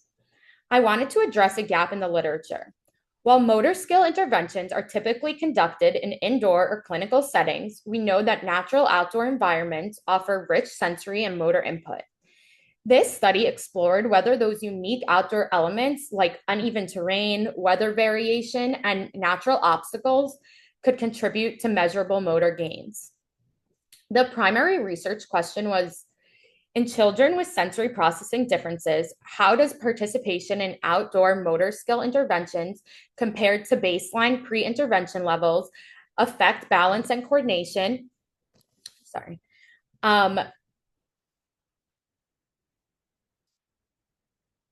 Compared to baseline pre-intervention levels affect balance and coordination over the course of 8-week intervention period. This study used a quasi-experimental one-group pre-test, post-test design.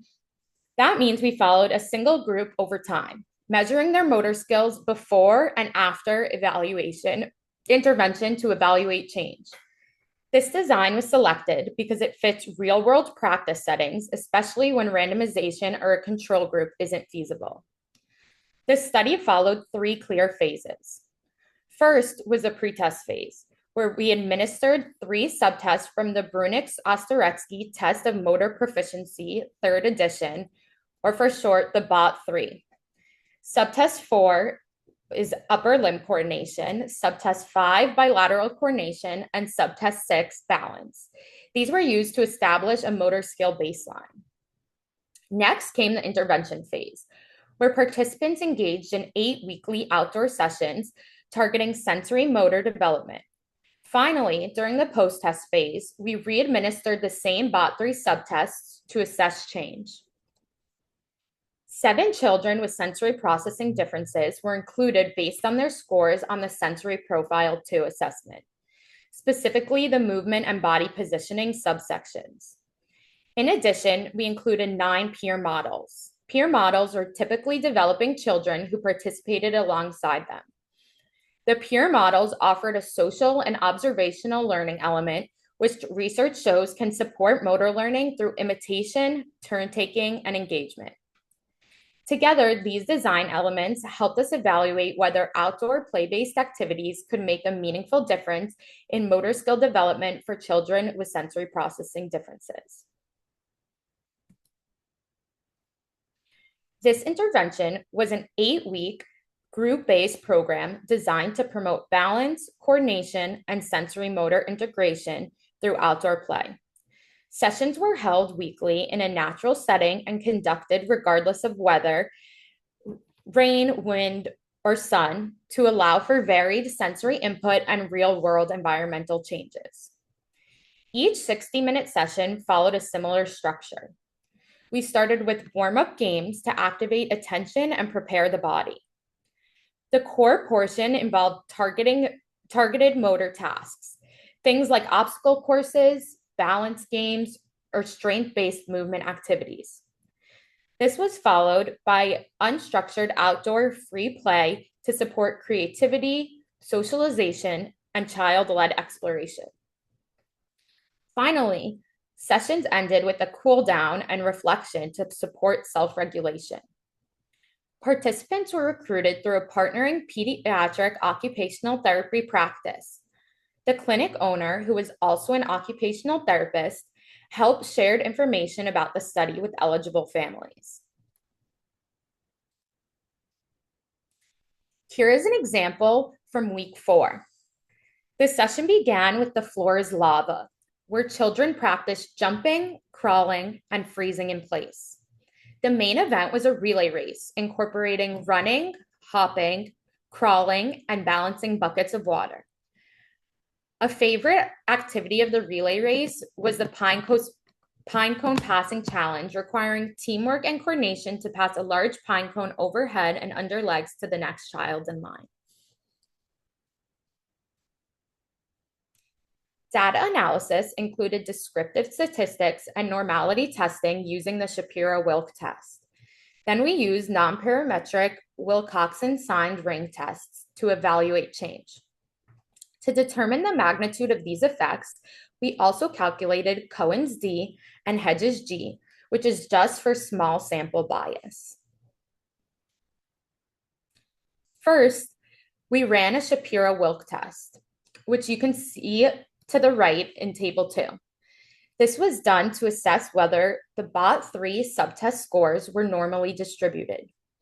Most variables passed the test, but subtest 6, the post-test, which was measuring balance, showed a significant deviation from normality with a p-value of 0.006. Because of this, we used a nonparametric Wilcoxon sign ring test across all 3 subtests to maintain consistency. Results from the Wilcoxon test, which you can see to the right in table 3, showed statistically significant improvements from pre to post intervention. Subtest 4, upper limb coordination, had a p-value of 0.012. Subtest 5, bilateral coordination, had a p-value of 0.018. And subtest 6, balance, had a p-value of 0.017.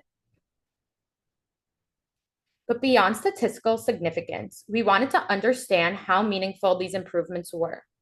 So we calculated effect sizes using both Cohen's d and Hedges g, which you can see to the right in table 4.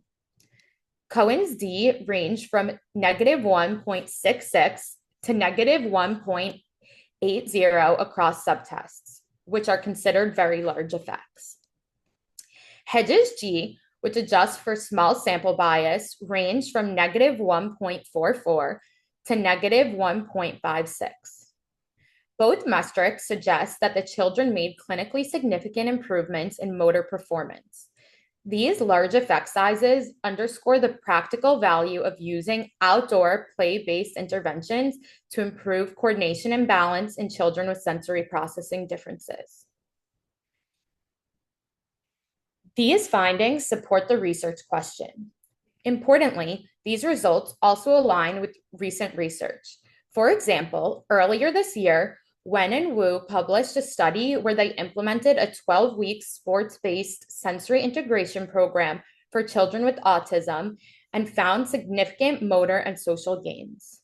Similarly, earlier this year, Yamanashi and research team conducted a randomized control trial on air sensory integration for children with developmental coordination disorder. They marked improvements in coordination and daily motor function. These studies reinforce the growing evidence base for sensory motor interventions and validate the use of structured movement-based programs. The inclusion of peer models may have further enhanced motivation and engagement through social learning. This intervention reinforces the value of using natural environments in pediatric occupational therapy practice. Outdoor settings offer built-in sensory and motor challenges like uneven ground and varying weather that support balance and coordination in meaningful ways. It also promotes intrinsic motivation. Children are more engaged when play feels real and fun, which strengthens participation and skill acquisition. That aligns perfectly with our core occupational therapy values: using play to build function through meaningful activity. Because this model is easy to adapt across home, school, and community settings, it creates opportunities for real-world carryover and collaboration with families, making it a practical, holistic tool for occupational therapy practitioners. In terms of limitations, the sample size was small with only 7 participants, which limits the generalizability. There was no control or comparison group, and the short duration of the study meant we could only measure short-term outcomes rather than long-term effects. To summarize, the intervention was associated with significant improvements in balance and coordination for children with sensory processing differences. Large effect sizes add clinical weight to these findings and highlight the potential value of nature-based, play-driven approaches in pediatric occupational therapy. Looking ahead, future research should include larger, more diverse samples and incorporate randomized control designs. To access my references, please scan the QR code on the left.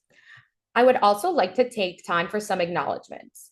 First, to Dr. Guzman, thank you for your guidance, mentorship, and encouragement throughout this process. Your insight helped shape this project in every stage. To Emily McHugh, I'm so grateful for your partnership and for welcoming me into your practice. Your support was essential to making this research study possible. And finally, to my family and friends, thank you for your constant support, patience, and belief in me. I truly could not have done this without you. And if anybody has any questions. Fabulous job, Emily. I'm going to first open it up to Dr. Guzman to ask questions. That was wonderful, Emily. Great presentation. I just wanted to dive a little bit more into the specific activities that you chose and the protocol that you designed for this study. So which specific activities do you feel that most targeted your primary aims of your study? So the 3 specific targeting outcomes were improvements in upper limb coordination, bilateral coordination, and balance. So one activity that promoted upper limb coordination was a ball toss. Children practiced a variety of throws, such as tossing the ball behind their backs, clapping before catching the ball, and over and underhand throws. These variations targeted visual motor integration, timing, and precision of arm and hand movements, which is key for developing upper limb coordination skills. An activity that promoted bilateral coordination was a bucket and sponge relay that we did. Children use both hands to dip and squeeze sponges to fill them with water, carry them across a distance, and then wring them out into another bucket. This activity, children use both hands together to dip the sponge into the bucket of water, lift and carry. So they lifted and carried it across that distance and then wrung it out into another water. Both hands performing the same action at the same time. So grasping and squeezing the sponge together promote bilateral coordination. An activity that promoted balance was having an activity that the children build natural obstacle courses. So children were split into 2 groups and used found materials outside, so things like logs and rocks, to create a natural obstacle course. And then the children switched groups and were challenged to complete each other's obstacle courses. This required children to walk across uneven terrains, narrow surfaces, shift weight, and maintain dynamic postural control, all which target balance directly. So yeah. Great, thank you. I do have one more question. One of the aspects of your study that was different was the inclusion of peer models alongside the children that were participants. So how do you suggest that other occupational therapy, pediatric occupational therapy settings include peer models, other settings such as outpatient clinics, community programs, or early intervention? And what benefits do you anticipate from using peer models? So that's a really great question. So peer models could be used across a variety of occupational settings to support engagement, participation, and social learning. An specific example of where this could really thrive is in group therapy sessions, especially in a school or an outpatient clinic. So having multiple kids at once, whether it's a collaborative session with two different OTs treating two kids at the same time, or one therapist to two children. So utilizing peers with different, like varying skill levels. So that way, one of them can model the motor tasks and cooperative play and watch their peer successfully complete an activity. And using this kids' different skill levels, they could both benefit from activities that one is maybe better in than the other. And watching the peer successfully complete an activity could encourage the child's motivation, persistence, and also imitation of the task, which will lead to enhancement of all the therapeutic activities.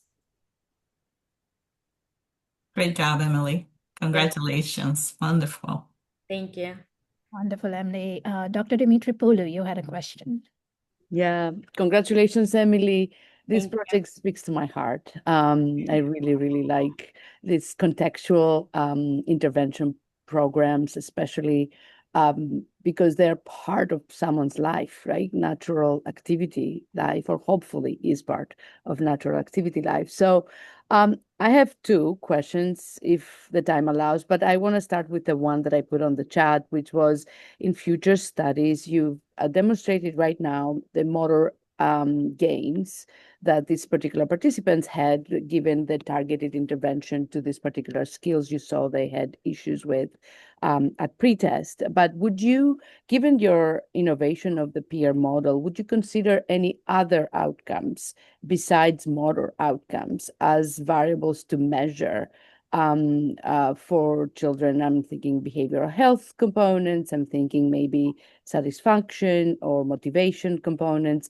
So if you can speak to that a little bit. Yeah, so one thing that was sort of on my mind for the outcomes, so we found the outcomes of the specific motor skill tasks, but possibly looking at functional outcomes. So not only are the children able to have increased bilateral coordination, for example, but how is that affecting their everyday life? Are they able to be more independent in schoolwork or ADLs, like putting on their jacket to go outside and using that upper limb coordination into functional tasks? So that is definitely something that would be an interesting thing to evaluate change.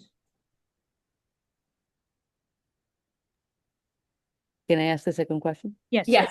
Thank you. Okay.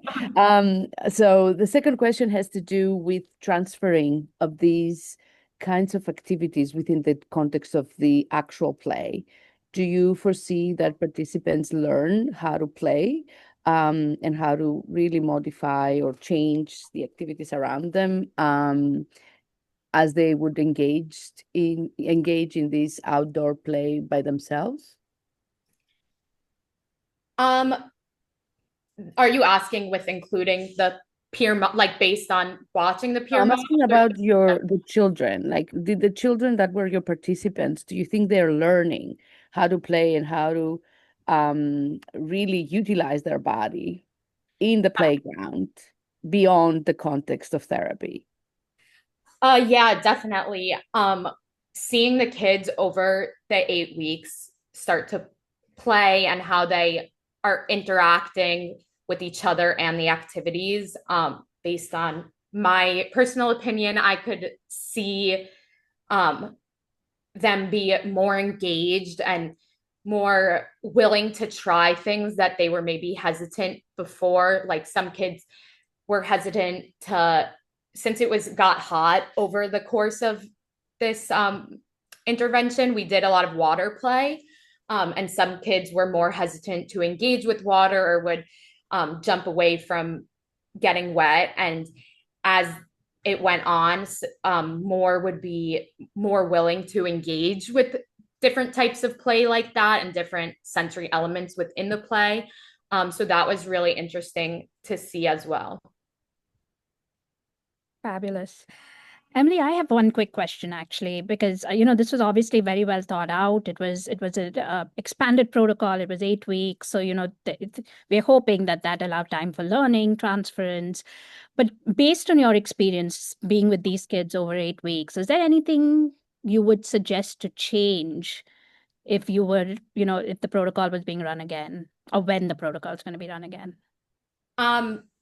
Definitely the 8 weeks. I feel like we did obviously see statistical significant improvements, but to solidify that, having a longer intervention would definitely be very helpful. This time was also during the kids like getting out of school and playing more. So it's a little bit hard to narrow it down to that this intervention was exactly why they improve these skills. So doing it over a longer period in different seasons and in the summer, like naturally children are outside more and running around when they're out of school. So doing it kind of longer and outside of just that context would be beneficial in order to pinpoint the results more directly to the intervention. That's great. That's great. And I think the idea of the control group also will help definitively say that, yes, it is this intervention that's working, right? That's great. And we have time for one more question. So Dr. Priesen, I'm going to ask you. Sure, pardon my ignorance, but I do treat someone privately who has a child who has these issues. And the child was in preschool, and the teachers were not really allowing the children to go outside and play. It was a preschool that focused on art and craft and actually intellectual studies and language. And she tried so hard. She got an OT and she got the OT report, and she tried to talk to the teachers and say, please give him time in the playground before he goes in, before he starts, so he can be ready to pay attention, because he wasn't involved in any of the activities. And for a whole year, they couldn't make headway on that. So how can you promote this in really early on in preschools? So part of the research also, and I briefly mentioned it, the structured time schedules that children have. It's often in schools that need funding from the government. They put a lot of pressure and time into prep for standardized tests and state regulated tests. So because they want the kids to score well, so that way they get more funding. And this is done at the expense of sometimes outdoor activity. So this is an area where it's really important as occupational therapists to advocate for the children's needs and to promote more outside time, even if they can't fit it into the schedule. So it could be maybe doing a class outside, and then they still have the experience of the sensory input and the wind from outdoors. Even in little doses, it could still be beneficial. And yeah, definitely as OTs, it's important to advocate for children to have more outdoor play, because as I also mentioned, their children are only getting about 48 minutes of outdoor time overall in their day, as opposed to older generations who report having 4 to 6 hours outside time a day, which is a huge difference. So yeah, and also teaching parents and educating parents about the importance of the outdoor time. So not only is there at home carryover, but as you said that your client was doing, going to the schools and advocating for their child's needs and teaching them how they could do that. Thank you. No problem. Fantastic, Emily. Thank you. Thank you for that presentation. Great job. Thank you. We're going to move on to our next presenter now. So, all right. So our next presenter is Rihanna Hopkins, whose capstone is titled Program Director Perspectives, Charting a Path to Equity in Occupational Therapy Education. And I am going to invite Dr. Tyra Banks as Rihanna's mentor to introduce her. It's my pleasure to introduce Rihanna Hopkins, a clinician scholar whose professional journey is rooted in service, equity, and bold curiosity. Rihanna is a New York State licensed OT. She holds a bachelor's degree in psychology from the City College of New York and recently graduated from our master's degree program here at Columbia. During her doctoral candidacy, Rihanna worked as a school-based OT, supporting 5th to 8th grade students in the Bronx. As a former Behavioral Health Workforce Education and Training Program, BWED, Columbia Scholar, her clinical focus included integrating trauma-informed care to support individuals and communities impacted by social marginalization and trauma. Rihanna has spent the last 3 years amplifying student voices as an active member of the Student Engagement and Belonging Committee's Student Advisory Board at CUOT. And if you've noticed any improvements in how our program tackles equity and inclusion, chances are Rihanna's fingerprints are on them. She also served as a teaching assistant for the Diversity, Equity, and Inclusion and Professional Skills course within CUOT's master's program, co-leading discussions with students on applying complex topics such as bias and microaggressions to occupational therapy practice. Her doctoral research on occupational therapy education practices in academia demonstrates her commitment to advancing the profession by contributing to the development of educational approaches rooted in equity and social justice. She is a quiet spirit with a powerful impact, and it's such an honor to have witnessed her journey and dedication to advocacy. Without further ado, I'm so proud to introduce Rihanna as she presents her work. Thank you so much for that introduction, Dr. Banks.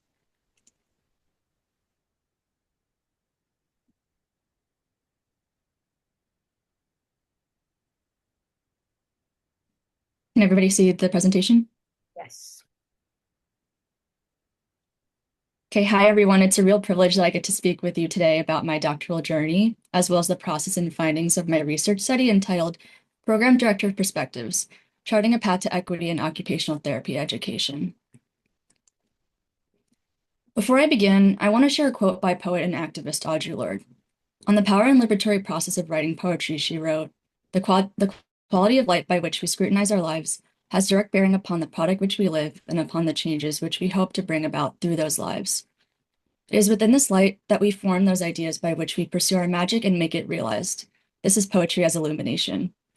For Audre Lorde, poetry was not only a means of expression, her poems were a call to action for survival and freedom. I aim to embrace both my professional and personal life with similar focus and rigor through my roles as an OT, student researcher, and educator. My work contributes to a greater call to action for myself and others to advocate for marginalized individuals in oppressive systems. My capstone project encompasses what is often referred to as diversity, equity, and inclusion. I'm interested in the development and implementation of practices that aim to achieve these three components, specifically in higher education. I want to take a moment to explain how I create meaning out of these terms. For me, diversity means not just diversity of a specific identity, such as race or gender. I also believe in the impact of diversity of thought and experiences that different people bring. Equity helps me recognize that individuals and communities may need personalized or additional support in order to thrive in a space due to systemic and personal factors. When I think of inclusion, I think of environments that are supportive of all individuals. For me, it's not just about pulling up a seat for someone at the table. I want people to know that they belong and their voice is valued at that table. These three components can work separately or in tandem to create a learning environment that supports all people where everyone feels safe and understood. Great attention has been brought to addressing diversity, equity, and inclusion practices, especially in the context of academia. In the year 2024 alone, 5 out of 8 restrictive bills and policies on educational speech in the classroom specifically focused on colleges and universities. This past January, the White House released executive orders calling for the removal of existing activities within the federal government, calling these programs radical and wasteful. Responding to the rise in restrictive legislation, educators and students have resisted in various ways. However, these practices are still significantly underrepresented, and the appraisal of their work is few and far between. My doctoral work this year aimed to shed light on this gap to gain a deeper understanding of the diversity, equity, and inclusion practices that exist in academia. Before I share the details of my research study, I want to highlight the other components that were integral to my academic journey. I conducted a systematic review brief. I created a theory-guided practice model. I had the privilege of working alongside Dr. Hamed through my teaching assistantship. I became a licensed OT and worked with middle school students, supporting their development of important life and school-based skills. And lastly, my capstone project, which I'll be discussing today. In thinking about how I wanted to contribute to research that focuses on diversity, equity, and inclusion in academia, I thought about the value perspectives of OT and OTA program directors, or PDs. PDs are tasked with overseeing their programs, which prepare the newest cohorts of OT practitioners. PDs are highly influential as they develop, support, and implement diversity, equity, and inclusion-related academic practices. However, current research on interventions to support PDs is extremely limited. To better understand their experiences, this study was crucial for gaining insight into their specific needs. Diversity, equity, and inclusion practices in OT education hold significant clinical relevance. Researchers found that positive patient-reported outcomes were associated with these practices in healthcare settings, such as having diverse healthcare teams and having a diverse, friendly environment. Researchers also identified correlations between patients with marginalized identities and negative patient experiences. In a study analyzing electronic health records, Black patients were 2.54 times as likely to have at least one negative descriptor related to their race or ethnicity compared to white patients. Research also suggests a significant presence of inequitable care in physical medicine and rehab settings for Black patients that resulted in patient-reported lower life satisfaction. Given the clinical implications previously identified, these practices are essential to the training of future OTPs. However, advocating for these practices within OT programs would be uninformed without first examining the experiences of the people involved in the provision of these practices. The purpose of the present study is to elicit responses from OT and OTA PDs regarding their perceptions of diversity, equity, and inclusion within their respective programs. The study aimed to provide information related to the following questions. What are the perceptions of OT program directors on the current application of diversity, equity, and inclusion practices within their respective programs? What facilitators and barriers exist for PDs in their efforts to create, modify, and/or retain these practices? And how do PDs view sociopolitical discourse and action as motivating and/or deterring factors to implementing these practices within their programs? The study utilized a mixed methods approach to collect qualitative and quantitative data that included two optional components. Participants had the option to complete a 15-minute anonymous online survey via Qualtrics and/or a 45-minute individual semi-structured interview via Zoom. The target population for the study consisted of PDs from accredited OT and OTA programs within the US. Department chairs were also eligible. Participants were required to be active in their role for at least one academic semester and be a licensed OTA or OT. Programs were identified using the ACOTE school directory. 20 PDs from each US region were randomly selected, generating a sample of 80 PDs who were contacted directly via email. Participants were also recruited via convenience and snowball sampling online through social media websites.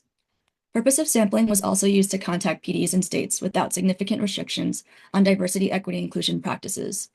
39 PDs were contacted via email across 23 states using the ACOTE directory.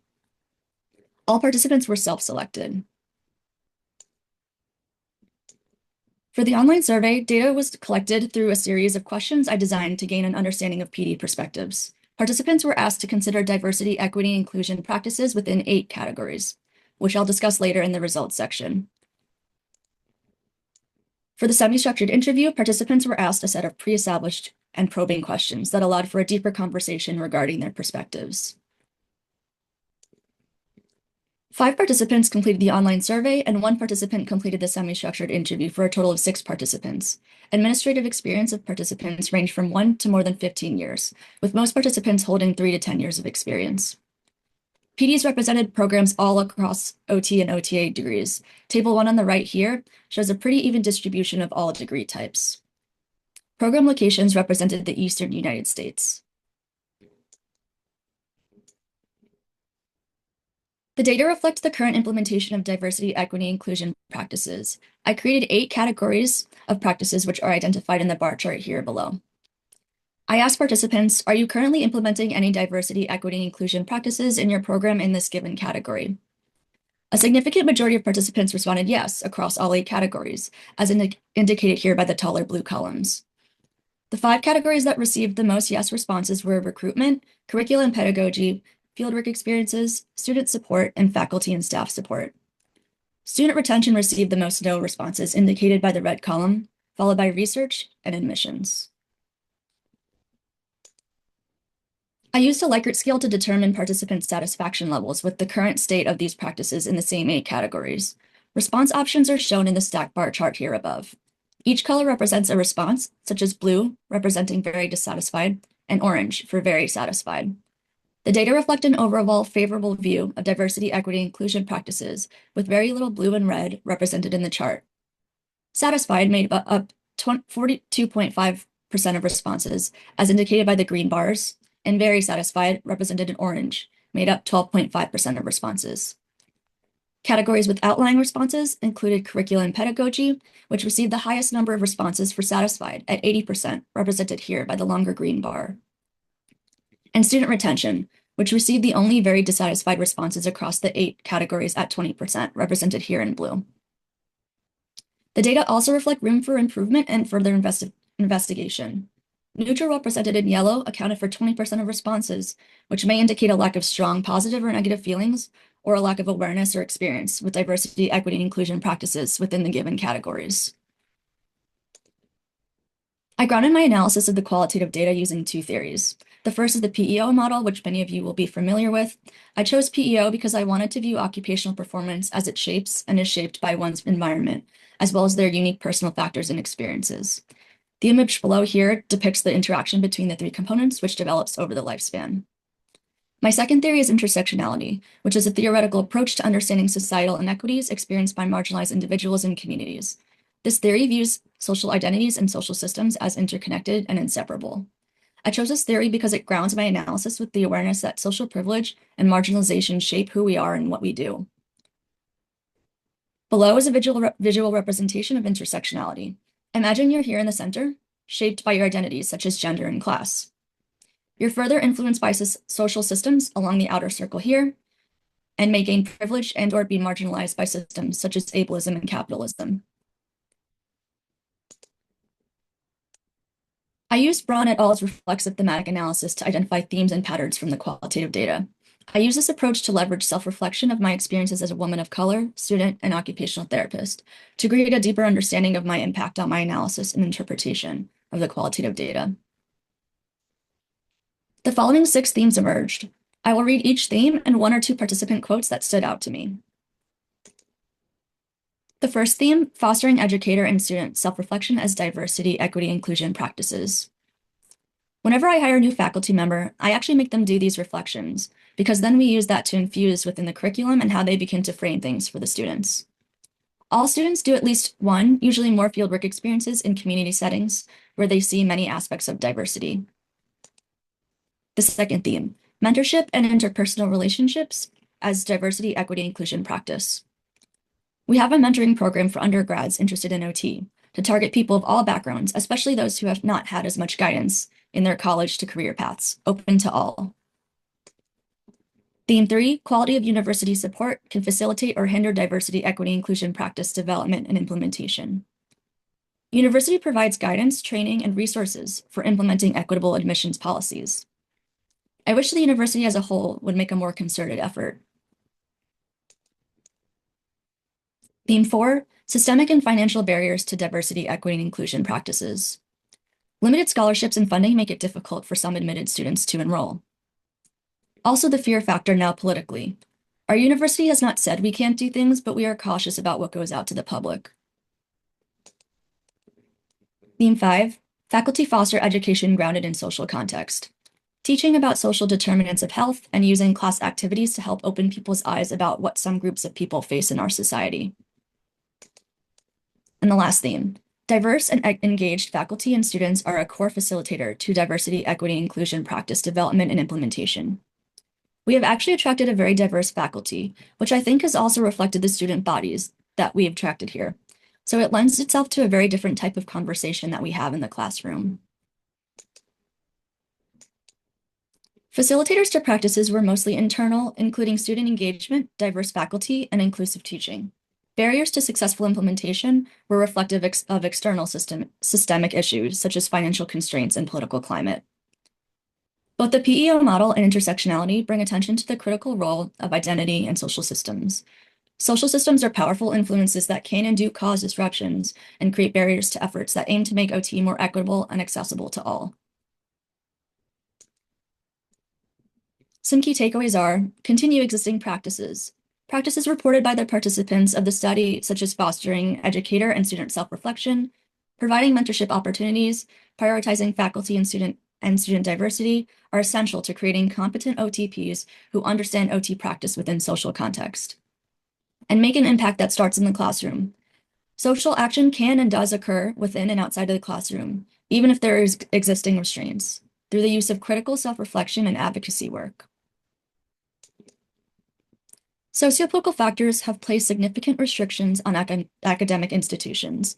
This may have influenced the overrepresentation of PDs located in the eastern US, which includes many of the least restrictive states. Volunteer bias may have contributed to a misrepresentation of the broader population of PDs who may not have had the ability to implement these practices and or may not have been invested at the time. As the US continues to face ongoing and rapid sociopolitical change and unrest, it's imperative that OTPs remain vigilant in the steadfast advocacy for ourselves, our colleagues, and our past and future, current and future clients. The OT field must be concerned with funding changes, harmful policies, and discourse that result in censorship and restriction of our classrooms and clinical practice. In order to equip students with the crucial skills and knowledge required to effectively support their future clients, we must advocate for the development and implementation of practices that promote diversity, equity, and inclusion. Students who are prepared and motivated to enact social change, both within and beyond the classroom, will become competent OTPs who can care for clients holistically. When OT students, educators, and practitioners model social action within and beyond the classroom, we make an unwavering statement that we are a healthcare field that is wholly committed to progress. I want to take this opportunity to thank my mentor, Dr. Banks, who has motivated me time and time again to be my best self. I'm so inspired by the work she does for the CUOT community and beyond. I also want to thank my friends and family for being huge support systems, not just this year, but throughout my whole life. You can scan this QR code to access my references. This document also contains a link to my e-portfolio if you're interested in learning more about my doctoral work. Thank you everyone for listening to my presentation. Fabulous, Rihanna. I'm first going to open it up to Dr. Banks for questions.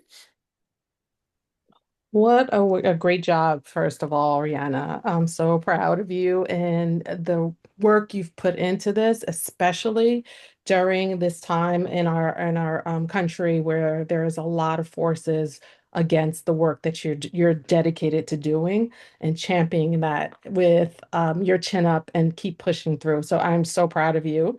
I know the work is not easy, but you were steadfast, and I just want to commend you in that. I have two questions. You know, in qualitative research, the rigor of your findings often hinges on thoughtful theoretical triangulations and foundations. So,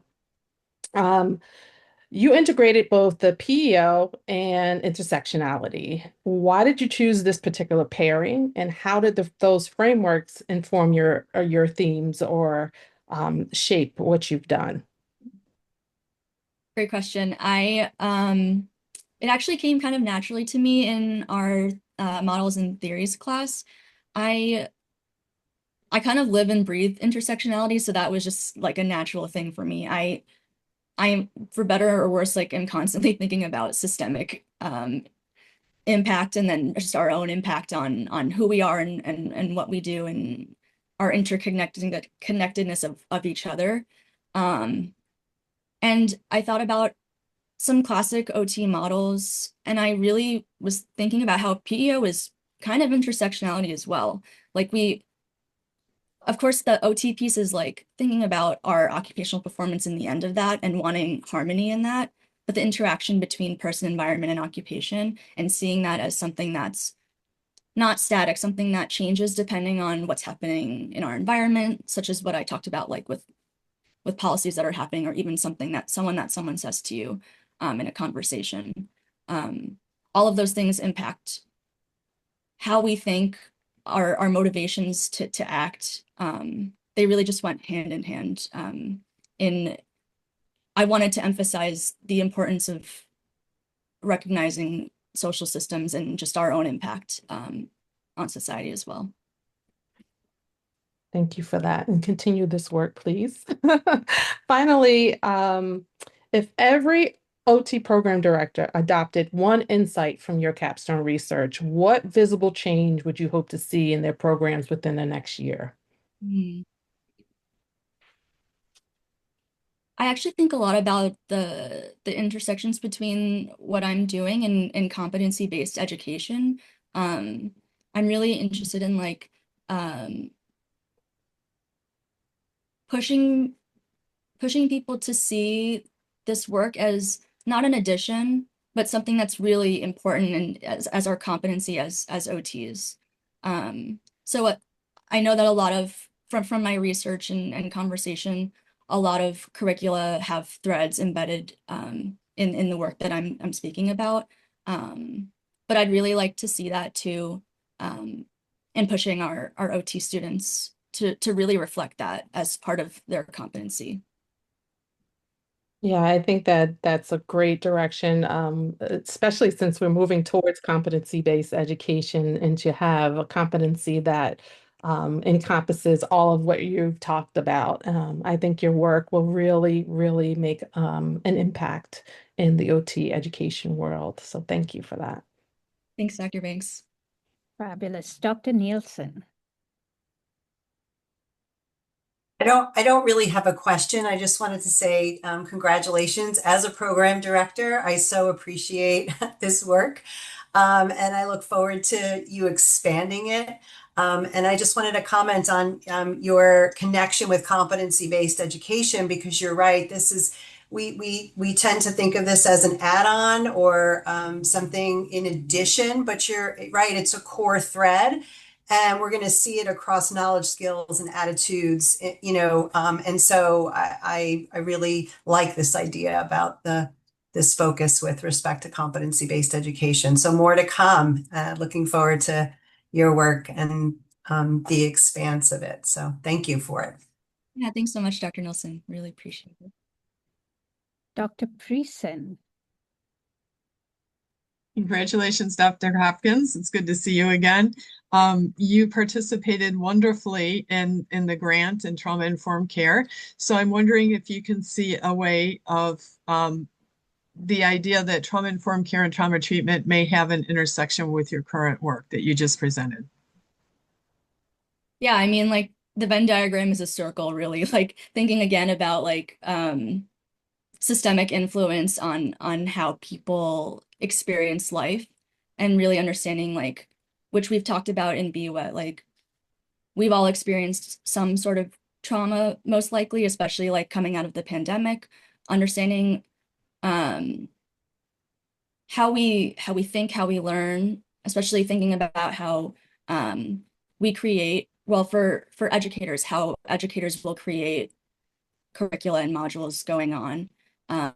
And then also how students learn, and thinking about how trauma might impact what the information people might receive. And I was really thinking about BWET as well during this, because I think you guys did such a beautiful job of teaching us about trauma-informed care, and how just thinking about how this work really highlights how we bring ourselves into the classroom space, and thinking about how we can integrate our own personal experiences, and learning about how we can more sensitively and learn about other people's experiences as well. Wonderful. Good to hear. Thanks, Dr. Friesen. And Rihanna, I have a comment and a brief question. You took on this work not knowing when you took it on where we were going to be today in society and our country, right? And you very bravely continued this work. But it always strikes me that diversity, equity, inclusion are core to OT. It's not about how we educate or how our world is being perceived today, but that's a very core philosophy to OT. And with everything else happening, sometimes we tend to lose sight of that, right? Because we're trying to keep up with just the information overload. Did you hear from any program directors, or was there like an underlying thread where they recognize that DEI is just part of who we are as a profession, and it should not be driven necessarily by political views at any point, but might be. But did that come up at all? I think one thing that that really yes, the answer is yes. Okay. What really reflects that is there was some mention about what was happening with laws and policies and discourse, and that's certainly important and to me as well. But I think what's reflective of that is it didn't really come up that I know people are concerned with university whatever universities actions are saying about what we can and can't do, and that's certainly important, but I said this in my 25-minute version of my presentation that Dr. Banks had to sit through, but I really am so passionate about the fact that we can do this work no matter what happens, and no matter what people say. And that's what people that I spoke to and the survey responses were really, really reflecting. Like, I did this data collection between May and July, so really well into this presidency. And yeah, and it's really reflective. I mean, there was like paragraphs from some people about what they're doing, and caring about people and wanting more for people and creating an equitable world is not something that can be censored. So, yeah. That's really heartwarming, because I think sometimes we don't hear that enough. And, it's really great to hear that people are not giving up, right? There is still this recognition that we need to keep doing this. That's wonderful. Dr. Dimitri Poulou. Yeah, so I really, really appreciate the work, Rihanna, and I just want to first off shout out your contributions and your curiosity and what Dr. Banks said about your boldness in that curiosity. That's really very well put in terms of thinking of you. So I'm reflecting back on your work in my lab with children with cerebral palsy. You were so diligent and very thoughtful in your training, your research curiosity, all of that. And in your role as a clinician now, right, going into the field of occupational therapy and this work that you presented today. So I just wanted for you to reflect how clinical practice or research can actually be informed by this, not just education, right? But can actually be informed by this type of vantage point. That's a beautiful question. And thank you, Dr. D. I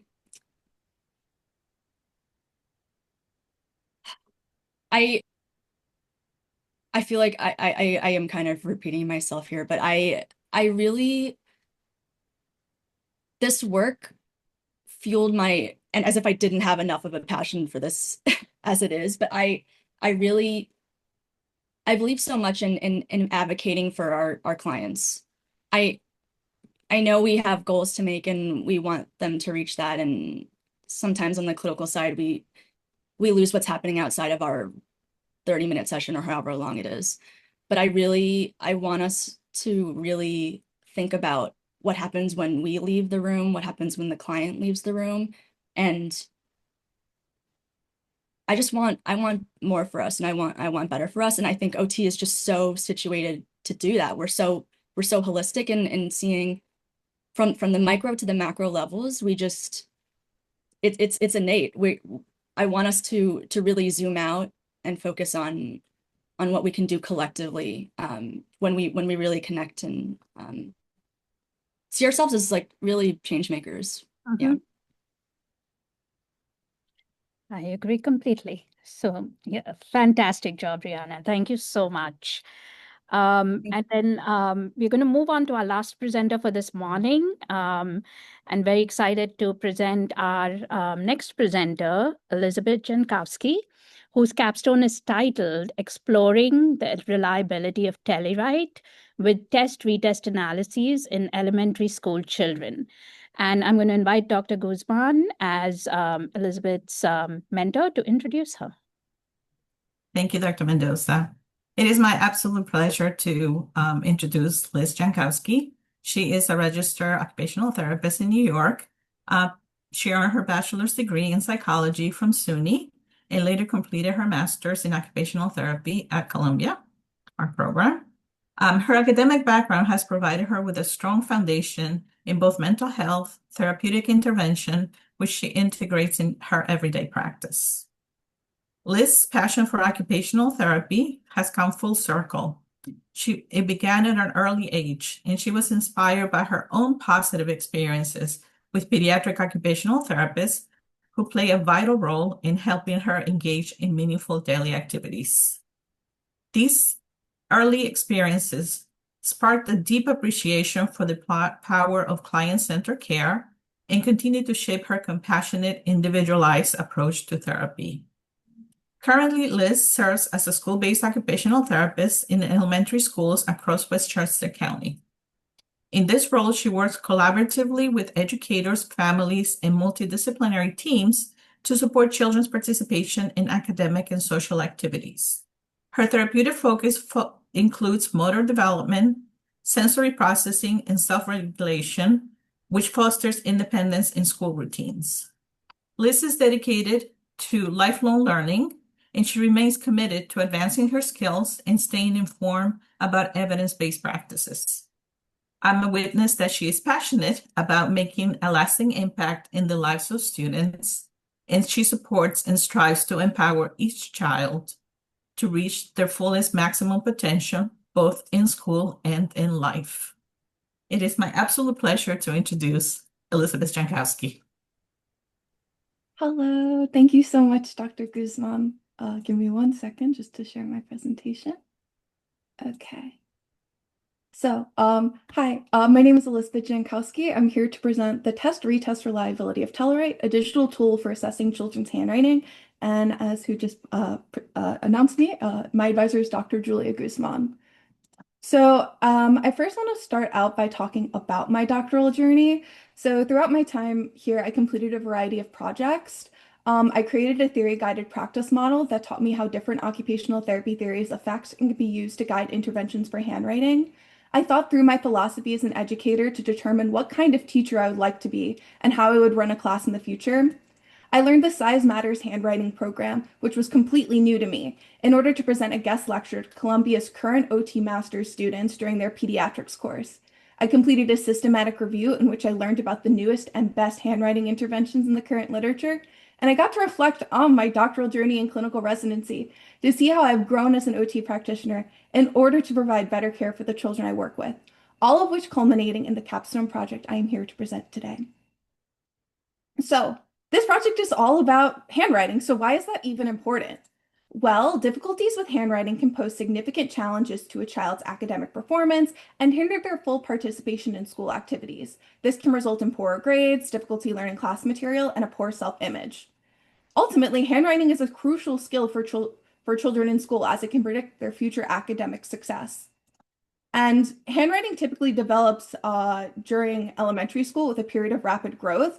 And by third grade, they typically reach proficiency in handwriting with enhanced automaticity that not only boosts writing speed, but also reduces the number of strokes required for each letter. And as this automaticity increases, children get to spend less cognitive resources transferring language from their working memory into written language, which means they can focus more on the academic tasks at hand, such as actually learning the class material their teacher is presenting to them.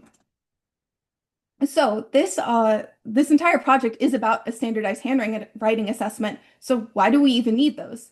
Well, standardized handwriting assessments ensure consistent and objective measurement by applying uniform criteria across individuals and environments, eliminating subjectivity and allowing for fair comparison of children's handwriting abilities. And by offering this measurable data, they enable educators and occupational therapists to monitor progress, assess the effectiveness of interventions, and adjust instructional strategies as needed. So before I get into presenting what Tellerite is to you, I think it's important that we look at the theoretical foundation behind it. So the Tellerite handwriting assessment is based on the Person Environment Occupational Performance Model, or the PEOP model, which offers a holistic framework for understanding handwriting as the result of the dynamic interaction between the individual, their environment, and the occupation itself. Handwriting ability is influenced by the key personal factors such as those listed on the figure before you. For example, fine and visual motor coordination are crucial for controlling writing tools and integrating visual information with movement, while kinesthesia helps with hand and finger positioning for fluid letter formation. Attention and cognition support focus and problem solving during writing tasks, while motor planning organizes the sequence of movements, and perception enables the interpretation of letters, shapes, and spacing. And as this model also looks at the environment, the environmental factors that are included in it are the physical surroundings, social interaction, cultural norms, and technology. And Tellerite captures these influences by administering assessments in children's natural settings, such as homes or classrooms, to identify supports or barriers affecting handwriting. So now, what is Tellerite? Well, Tellerite offers a comprehensive evaluation of a child's dexterity, hand-eye coordination, grasp, and handwriting performance, including letter formation, writing speed, legibility, accuracy, and fluency. Tellerite applies consistent, objective criteria to scoring, reducing subjectivity and enabling reliable comparisons across various contexts.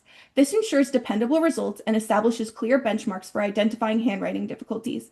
Originally, this was developed for telehealth delivery, hence the tele in Tellerite, but it's also equally effective when administered in person. This assessment includes 3 subtests: in-hand manipulation, near-point writing, and far-point writing, with each task taking approximately 10 minutes and full administration being completed in about 30.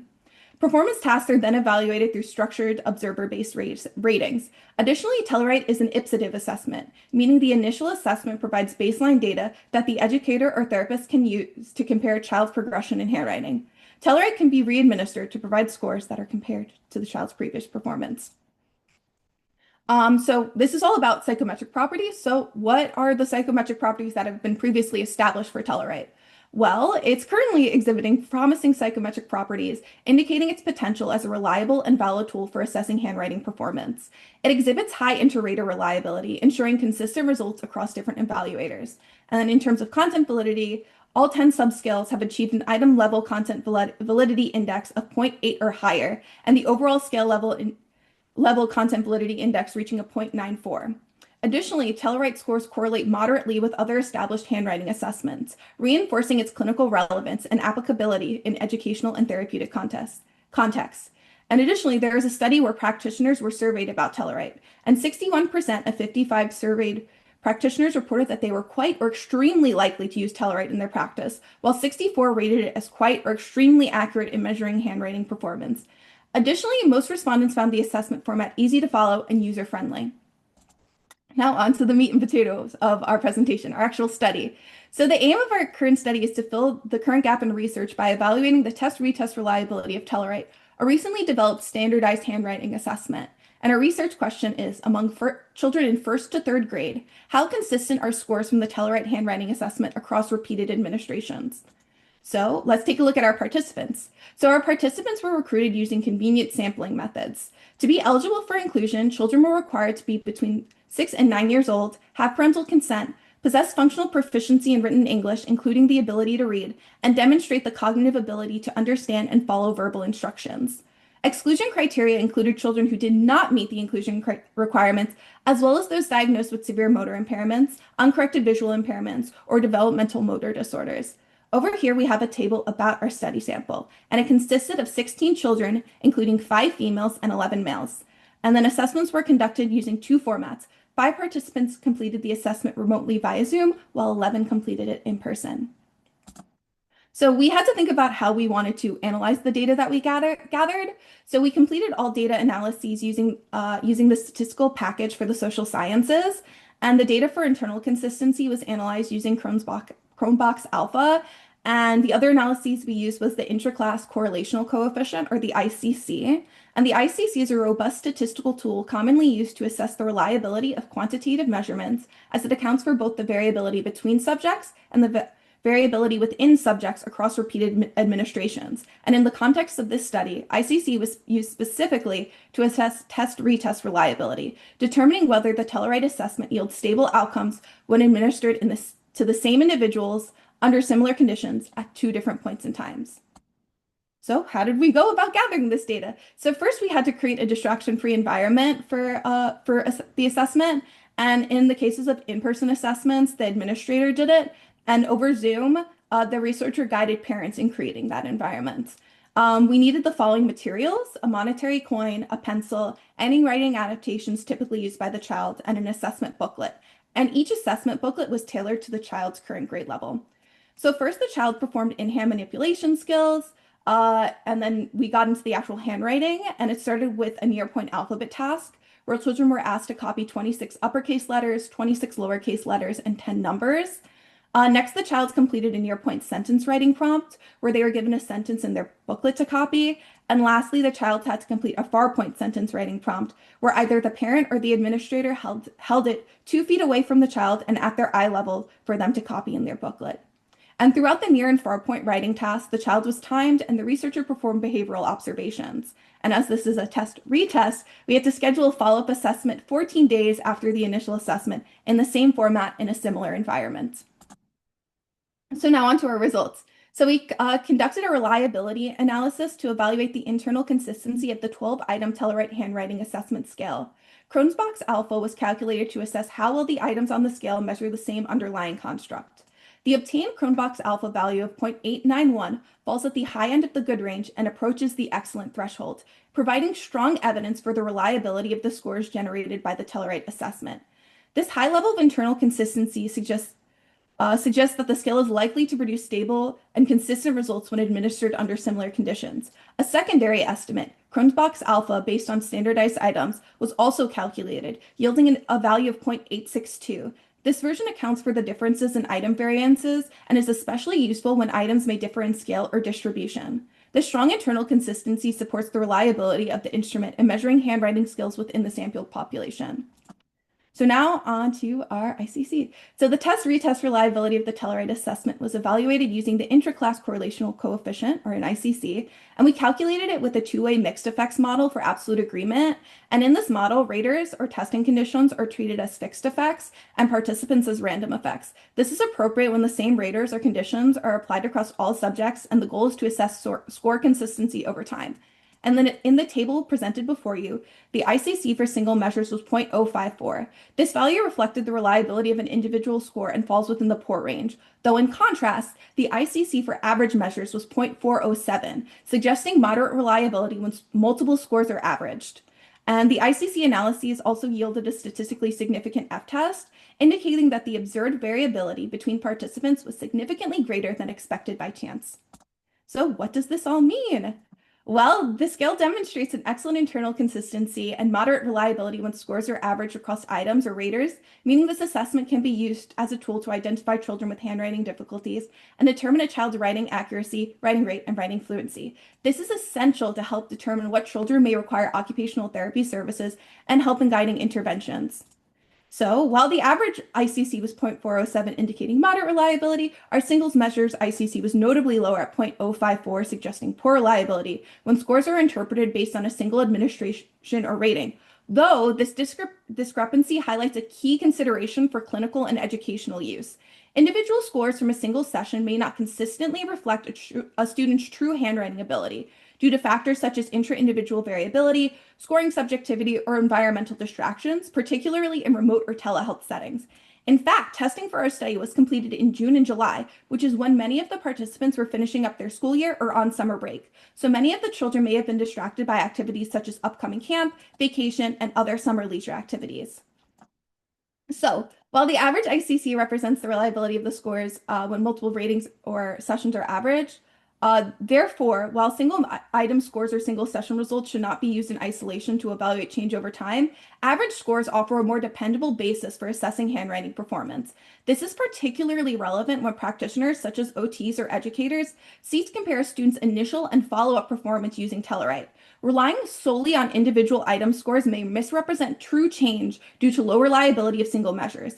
In contrast, using composite or average scores enhances the stability and provides a more accurate reflection of a student's progress, which reflects the ipsative nature of this assessment.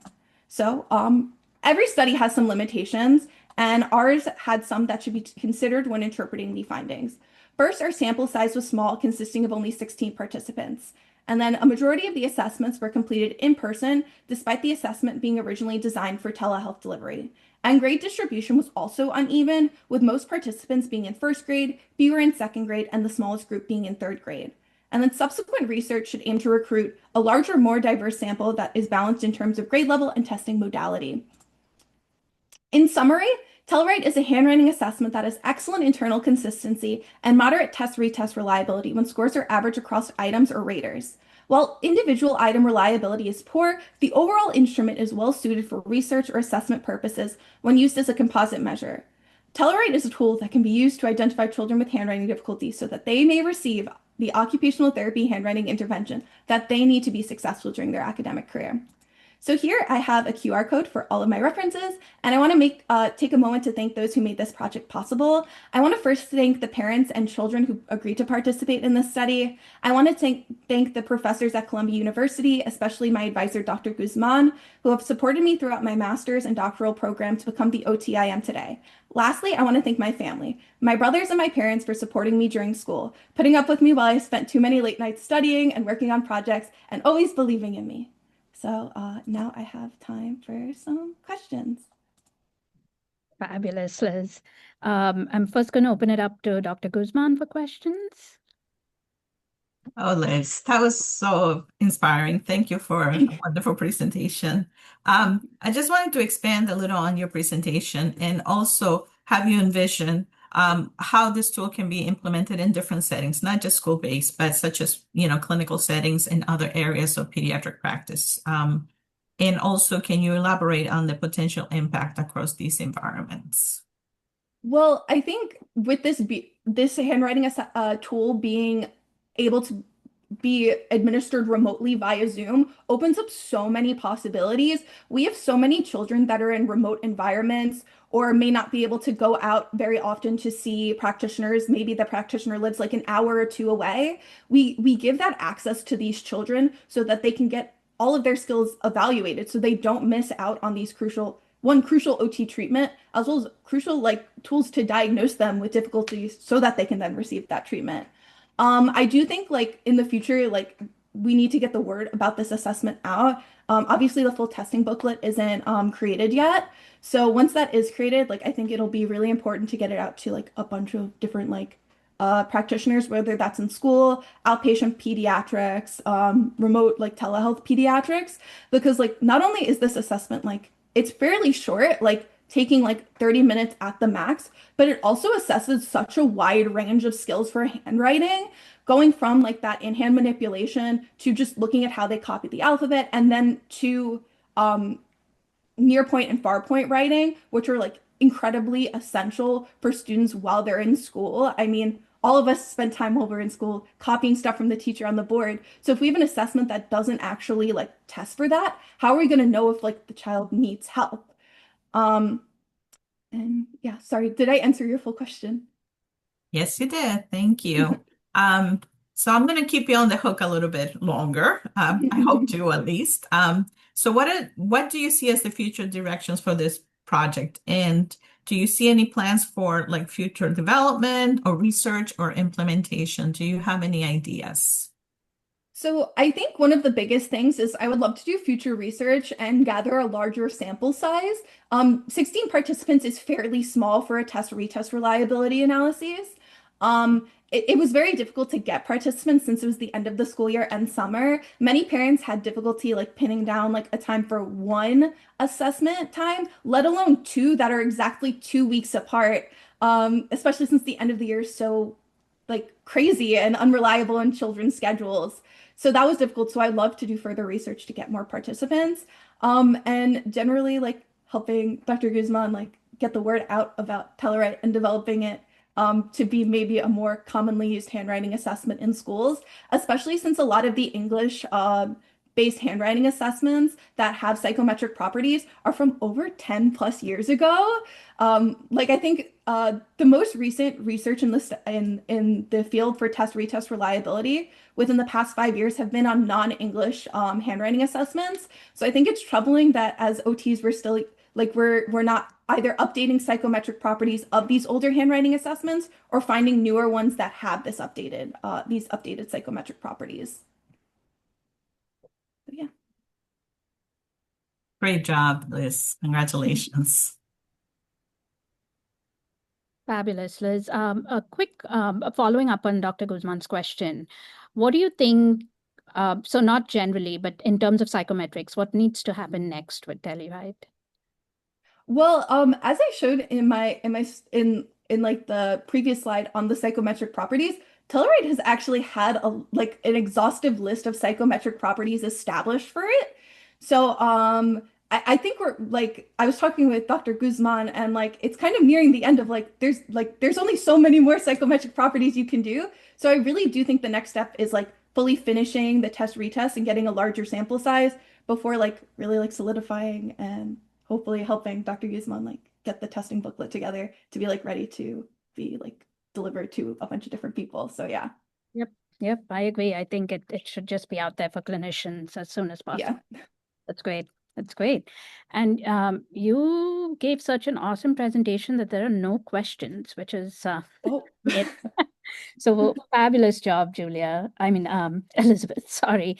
And that kind of brings us to the end of our morning session. Oh, hang on. We do have a question. So Amanda, do you want to unmute or do you want me to ask you a question? Hi, I can ask the question. Yep. Congratulations. That was an excellent presentation. Now, I am someone who's primarily in a school-based setting, and I loved hearing more about how this is an assessment tool that could be used in that clinical setting in addition to in that virtual space. My question is, though, I'm wondering, especially given the name of the assessment tool, could that potentially cause any confusion from, let's say, a school-based provider from being aware that it's able to be used in a clinical setting? And if so, how do you plan on informing and advocating that it does have this use across both virtual platforms and in clinical settings? Yeah, I think it could definitely cause some confusion since, like, as I said, Tela and in Telewrite, and since it was like originally developed to just be administered over telehealth, I think that's why it's like in the original name. So maybe like potentially like adding like a Telewrite comma like a handwriting assessment for in-person and virtual use, kind of like expanding on it so that people know like it can be used in both settings because it can be. It does a great job, and I found that it was really engaging, actually administering it with the kids in person, and a lot of them actually really loved it. Like I had like two sets of kids that when I came, like they were fighting over who got to go first. So yeah, I think definitely like maybe expanding the title or like adding like a short description underneath to get the word out that it can be used like over telehealth and in person. And I also think it would just be good to have one that can be used as both in case like a practitioner sees both clients in person or remotely via Zoom. They have like one handwriting assessment that they can use like with all of their clients instead of having to like learn a bunch of different ones. Excellent. Thank you so much, and congratulations again. Thank you. Fabulous, Liz.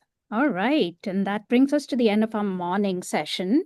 We will stop here and then resume at 1 o'clock, just so in case people are following the schedule and they want to come to friends and families presentations, they have the opportunity to do so. But we'll take a 1 hour, 10-minute break and then come back at 1 o'clock Eastern time. Thank you, everyone.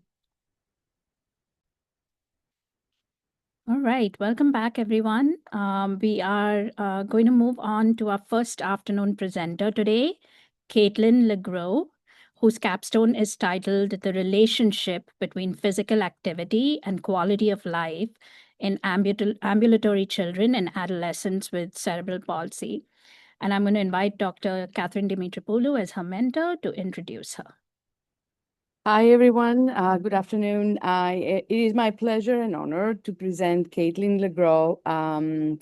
in her capstone presentation today. Caitlin completed her bachelor's degree of science in rehabilitation and human services and master's in occupational therapy at Columbia University. Caitlin is an occupational therapist with an inpatient rehabilitation unit at Helen Hayes Hospital and is working with adults with traumatic brain injuries, cerebrovascular accidents, and neurological conditions. She's worked closely with individuals with neurological diagnosis at the Kessler Institute for Rehabilitation as part of her fieldwork too, and she remains passionate about occupation, the connection between occupation and neurorehabilitation. She has completed her research internship in my lab above and beyond her requirements of her internships or work within her capstone, and she's trained in video analysis of behavioral indicators and understanding function, breaking out function into components so that we are able to understand it better through task analysis and people's behavior. Caitlin presents today her capstone, but what I just wanted to say and iterate is her ever-ending or never-ending curiosity about how function can be supported in populations that have neurological problems or face challenges in function due to neurological problems. And she remains always in my mind as a person who will eventually develop as a researcher. Just wanted to put a plug there for her. Caitlin, take the floor. I look forward to your presentation. Thank you, Dr. D, for that lovely introduction. Just give me a second to share.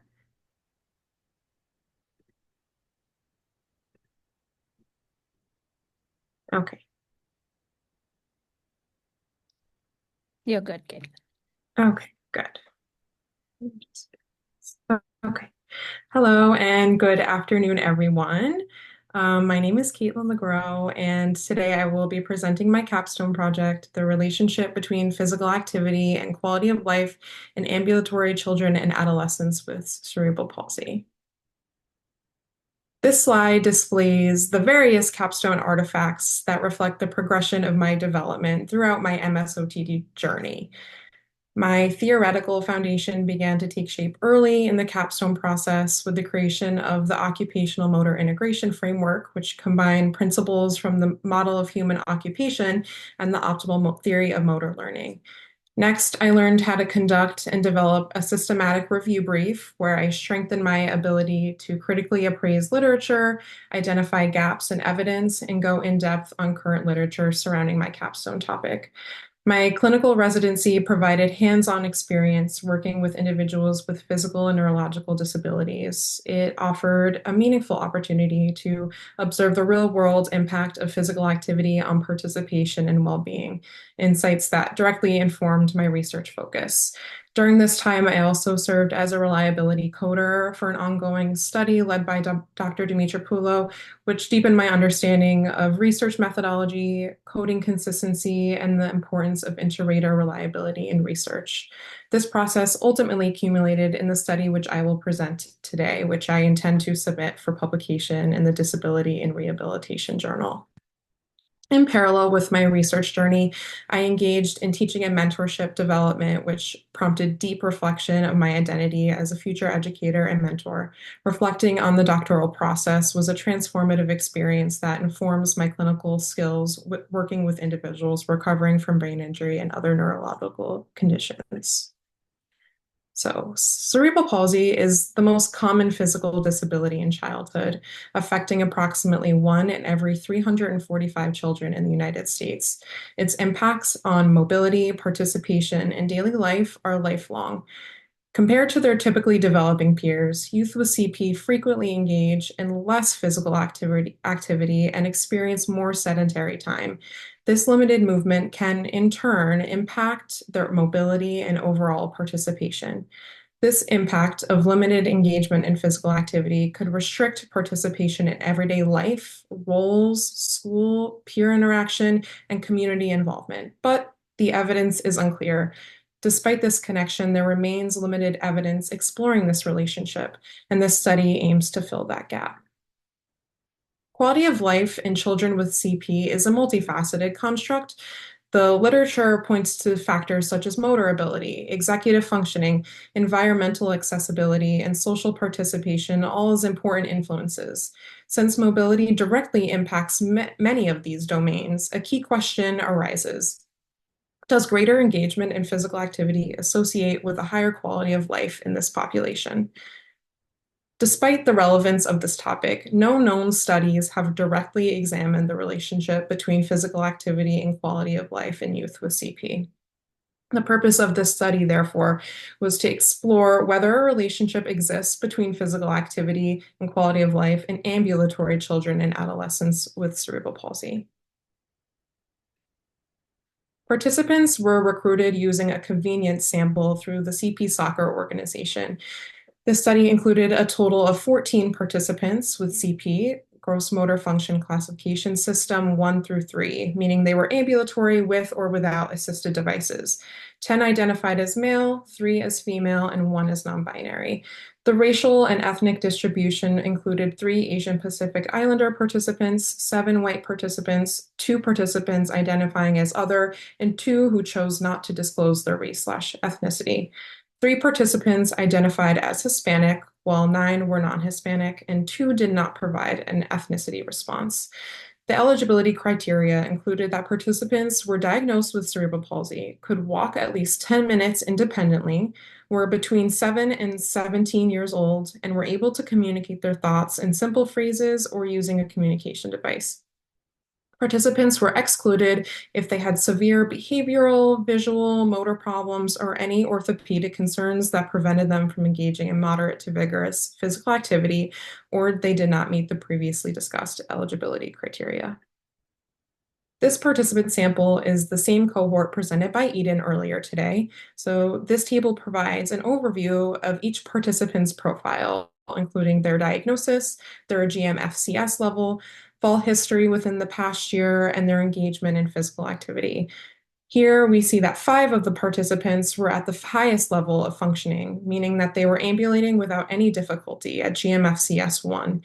Another 5 participants fell under GM-FCS level 2, meaning that they are capable of independent ambulation, but may require use of a handrail for stairs or experience challenges in uneven terrain or in crowded environments. The remaining 4 participants were at GM-FCS 3, which means they use assisted mobility devices like a cane, walker, or crutches to support an ambulation.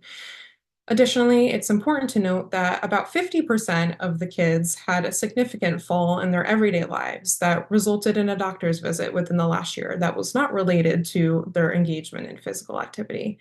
Finally, as highlighted in the last column, most participants reported engaging in a wide range of physical activities over the past year, including organized sports, structured exercise, and after-school programs. This study followed a quantitative correlational design. 2 tools were used to gather data for the study. To assess quality of life, we used the Cerebral Palsy Quality of Life Questionnaire, the CPQOL, and to assess physical activity, we used the Paffenberger Physical Activity Questionnaire. The CPQOL is a standardized assessment using a Likert scale with domains scored on a scale from 1 to 9, with 1 meaning very unhappy and 9 being very happy. There are several domains that include social well-being and acceptance, feelings about functioning, participation in physical health, emotional well-being and self-esteem, and pain and impact of disability. These domains are captured either through self-report, parent report, or both, depending on the child's age. From ages 9 and up, both parents and kids can complete the CPQOL. In this study, child and adolescent versions were used as the ages vary, which means there was slight variation in domain structure. For instance, the parent report versions include 2 additional domains, which are access to services and family health.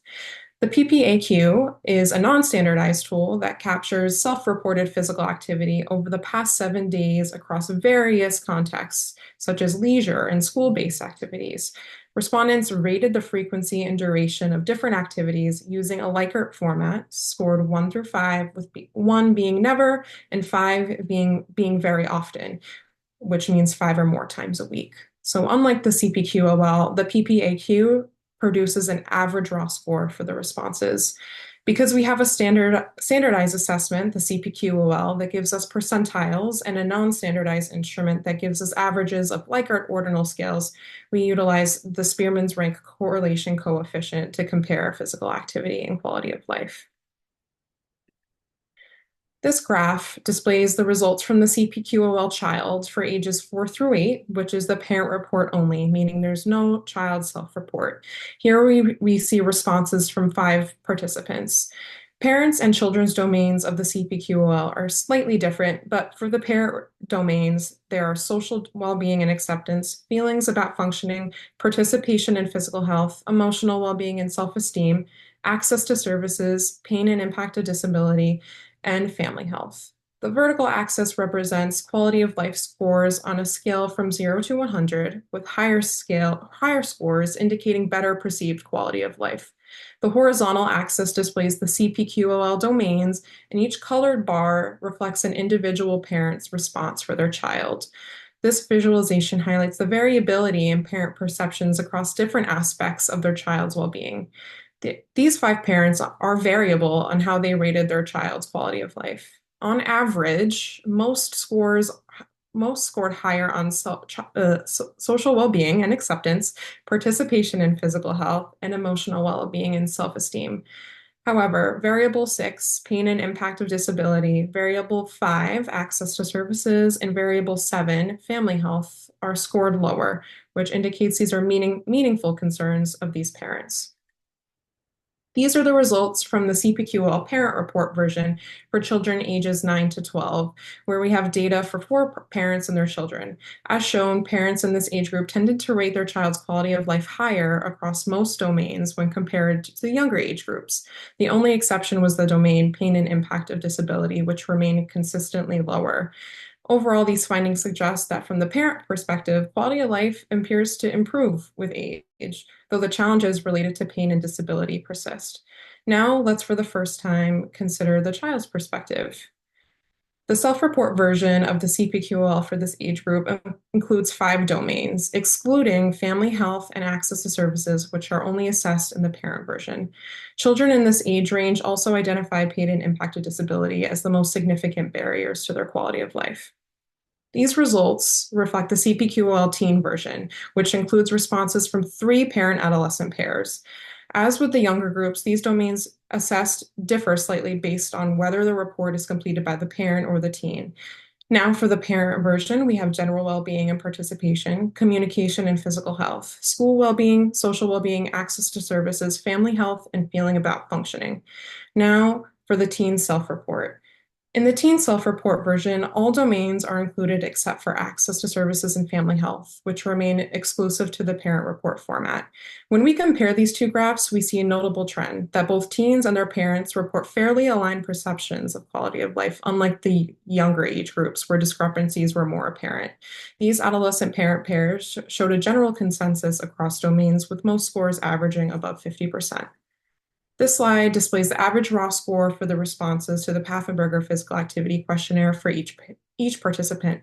The red horizontal line at the score of 5 represents a threshold for higher levels of engagement in moderate to vigorous physical activity, where the gray line at 1 indicates a low physical activity. As you can see, participants varied in their reported activity levels, with some clustering closer to the higher end of the scale, suggesting relatively active lifestyles.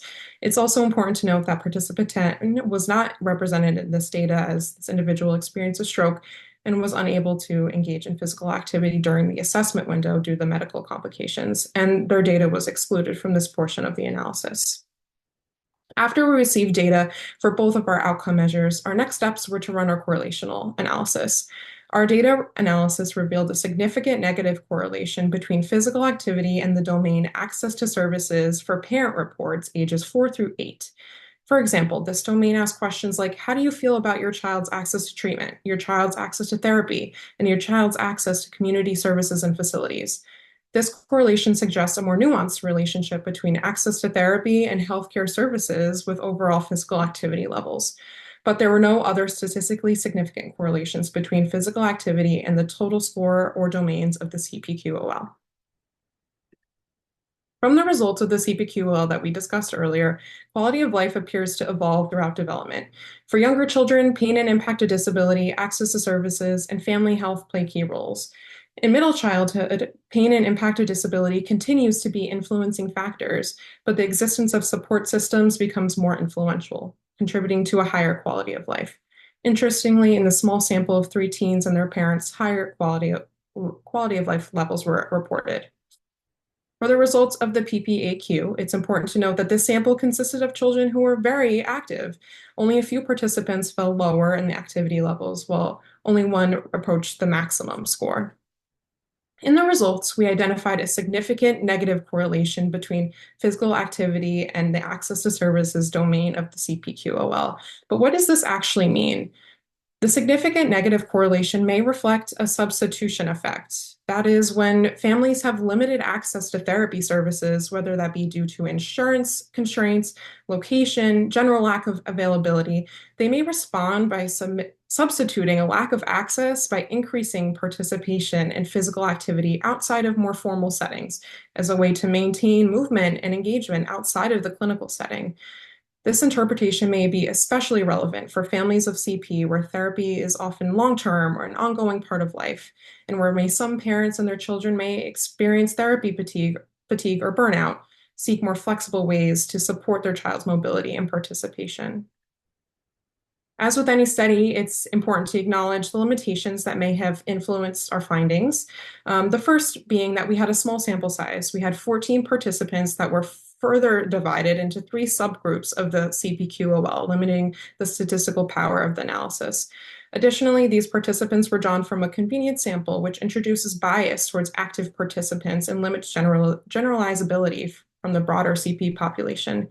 Third, this study utilized both self and parent-reported data, which may introduce bias. And lastly, the PPAQ demonstrates acceptable reliability and validity, but its psychometric properties are not as well established or robust as the CPQOL.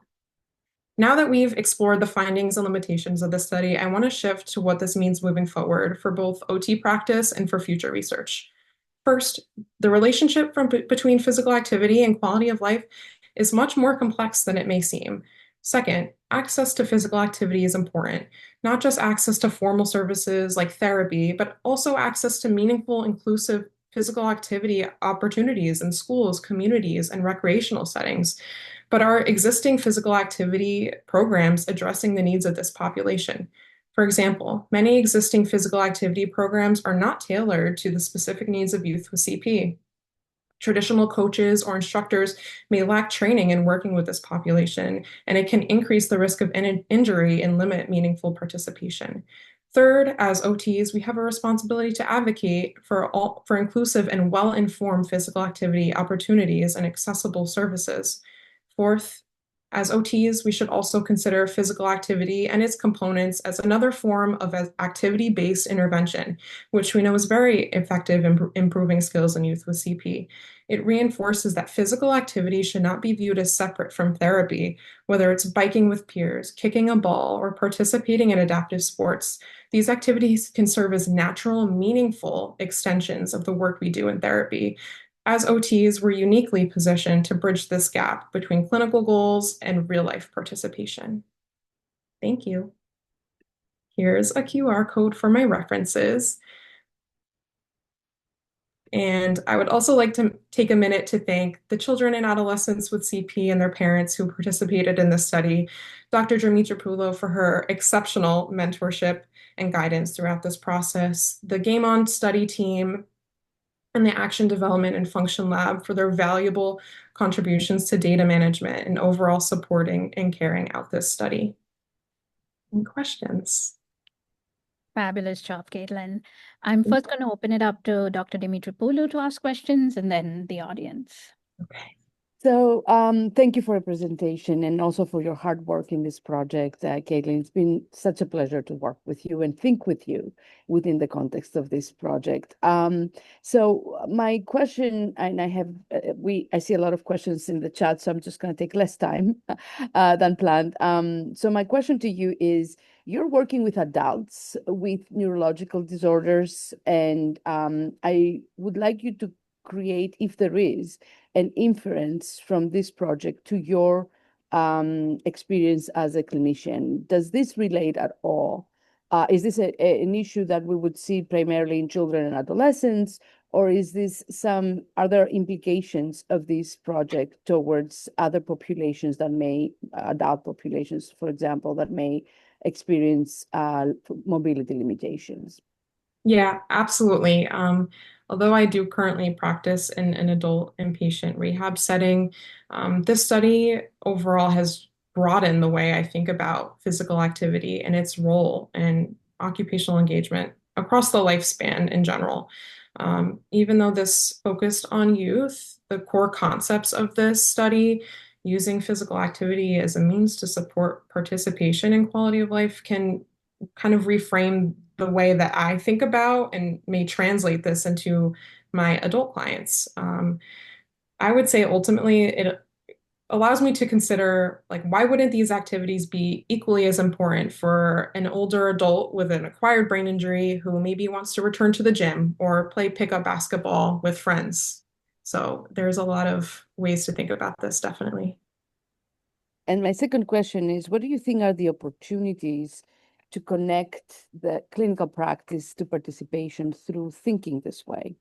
Yeah, I think definitely that OTs as a whole are uniquely positioned to incorporate these things into our sessions and carry these goals that people have into real life opportunities for engagement in physical activity.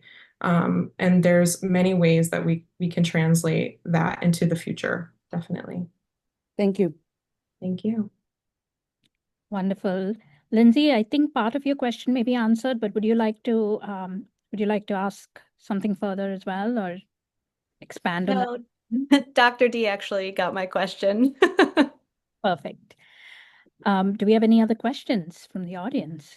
Oh, here we do. Oh, Dr. Banks saying congratulations. Thank you, Dr. Banks. There's a lot of congratulations in here.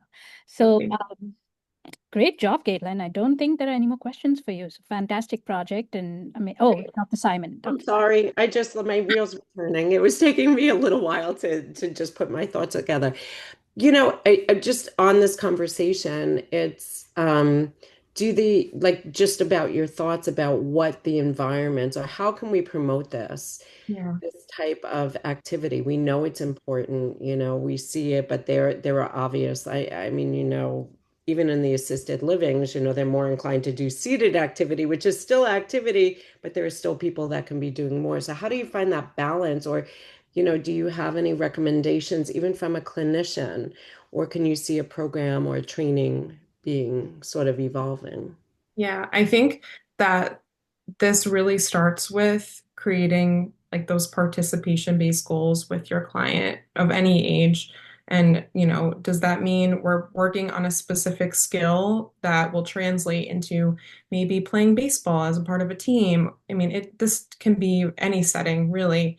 I think also something that might be interesting based off this is to maybe work on co-treatments with other disciplines, with our PTs, with our rec therapists, to approach physical activity holistically, and still blending this skill and purposeful task-based training with purposeful occupation. And then also, I think in the micro level, it's important as OTs working with any population to kind of stay informed about local organizations, if any, that kind of connect clients to these community-based resources that support these inclusive movement in general. Yeah. Thank you. Thank you, Great Dr. ideas. Fabulous. Thank you, Caitlin. That was a great presentation. Thank you Congrats. so much. Wonderful.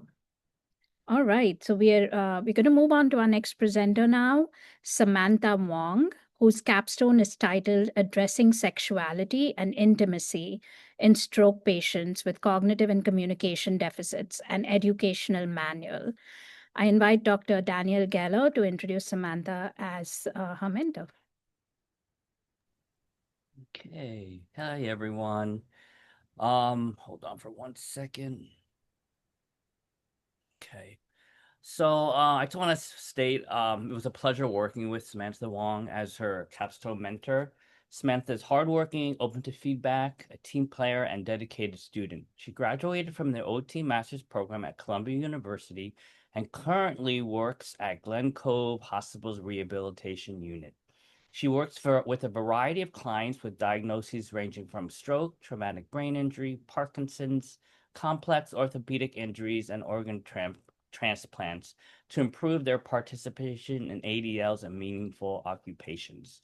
Both her clinical and academic experiences have solidified her passion to complete her capstone project that addresses sexuality and intimacy with stroke survivors. She started to incorporate sexuality in her work as an OT. She published her first paper with me titled Sexuality and Stroke: The Importance of Considering Cognitive and Perceptual Impairments in Post-Stroke Sexual Functioning in Brain Science. Samantha's work on her capstone project was the basis of this paper, and her contribution was paramount. I'm very proud of Samantha's work and accomplishments in this program. I look forward to her work as a colleague in the OT profession. It is my absolute pleasure to introduce Samantha Wong. Thank you, Dr. Gallo. Sammy, it's all you. Yeah. Hi, everyone. So, as I'm pulling up my slideshow, I just want to say I'm really excited to hear about everyone's capstone. So, congrats to my fellow classmates and colleagues. Um, so, here's my capstone on addressing sexuality and intimacy among stroke patients with cognitive and communication deficits, an educational manual. Um, So, stroke is one of the leading causes of serious long-term disabilities and even death in the United States. Stroke research has often focused on upper limb recovery, self-care, instrumental activities of daily living, and returning to work. Cognitive impairments after stroke often affect up to 70% of stroke survivors, leading to occupational performance, a decrease in occupational performance, and also decrease of quality of life. But one domain is significantly overlooked: sexuality and intimacy. Health professionals, like occupational therapists, it's important to consider how cognitive and communication deficits post-stroke can impact an individual's ability to engage in sexuality, in sexual activity, and also their sexual health.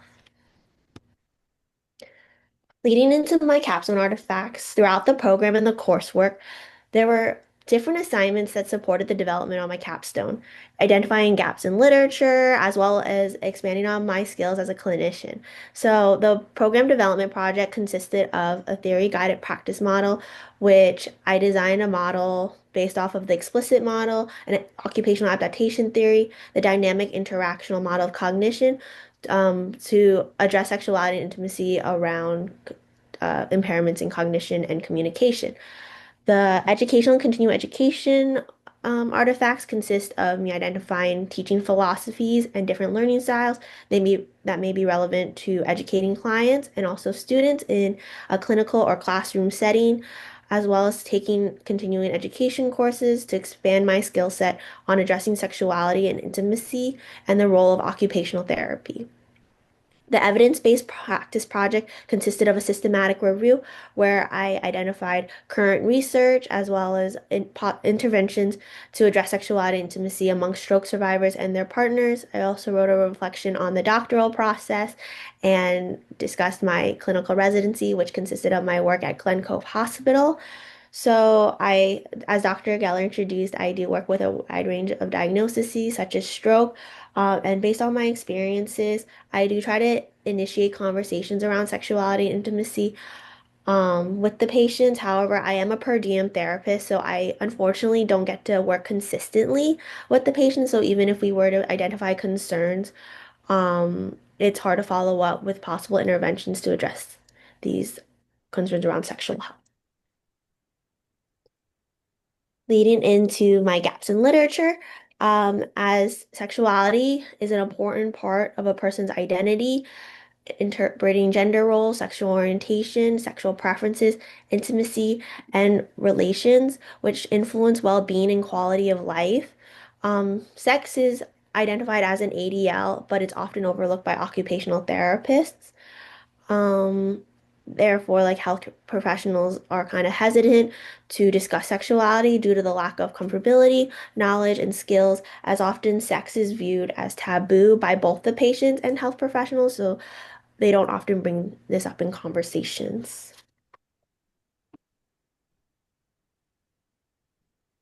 Therefore, there limited research on the effects of cognitive impairments and sexuality rehabilitation. Um, the impairments could include decreased attention, memory, executive functions that negatively impact the patient's sexual participation.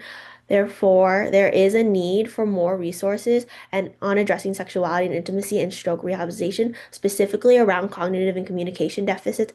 Thus, this capstone project consists of designing an educational manual to address this gap and make available resources for health professionals like OTs to build their confidence discussing sexual health topics. So, as I mentioned, I designed an educational manual with Dr. Geller's guidance. This consists of different sections, such as a background, an introduction, sexuality education, which establishes a foundation of different knowledge or definitions, including if you refer to the top right corner, this is a figure I designed on different definitions such as like sex, gender identity, sexual orientation. And also leading into models and frameworks. I discussed the explicit model and included the occupational therapy sexual assessment framework. I had a section on let's talk about sex and how to initiate conversation. And developing active listening skills and the use of therapeutic self in when treating with patients, understanding consent and permission, and interventions for cognitive and communication deficits, which consisted of different impairments that could include but not limited to neglect, um, limited attention, memory, and aphasia, and also a conclusion of the educational manual.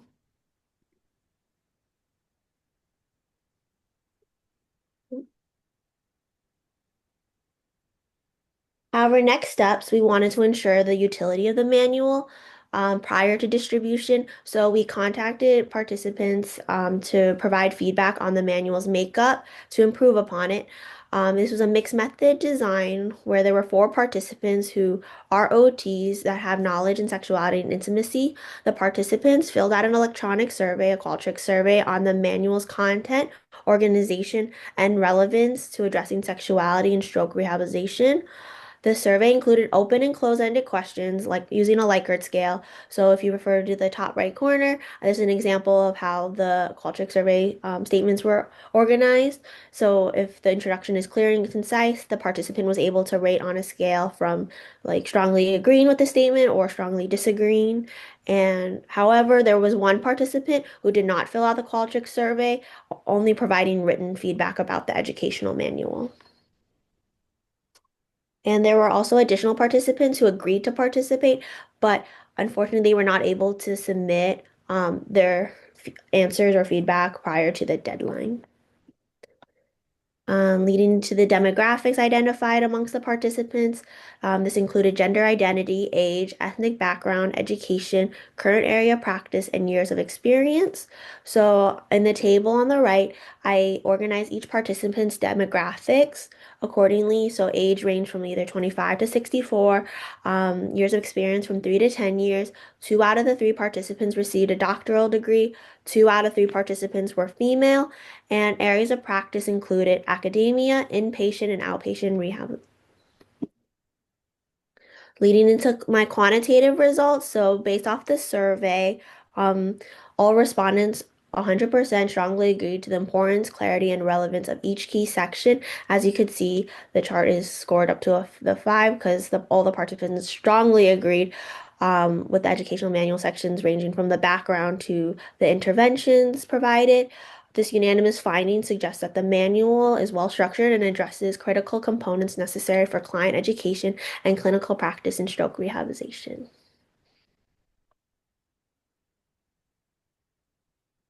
Then next, my qualitative results consist of the written feedback. So 2 participants provided written feedback suggesting to include the occupational therapy sexual assessment framework, which was then added to the educational manual.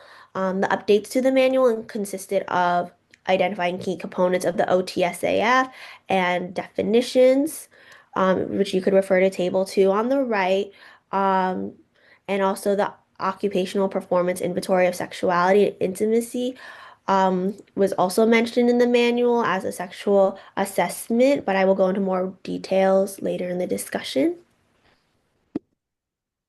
So in the discussion based off the results and the written feedback, as I mentioned, the OTSAF was included in the educational manual as an additional framework, as it does also mention the explicit model. Um, and also references like a domain of occupational therapy. There are many components that can make up sexuality intimacy that may or may not be applicable to the client. So when identifying concerns, it could range from just in general, like their sexual knowledge. They may have concerns around either family planning or their sexual activity, sexual expression, sexual response, and it's better to narrow it down so you can identify client-centered goals on addressing these concerns. And the OPZ is a sexual assessment available for occupational therapists based off of an OT perspective, which other health professionals may utilize. But I only provided general ideas of the sexual assessment just because it has a lot of OT references. And if like other health professionals are interested in learning, there's mention of where you can locate the resource. And both the framework and the assessment are important. Providing concrete details, definitions, and approaches to discuss sexual health and sexual knowledge to initiate these conversations.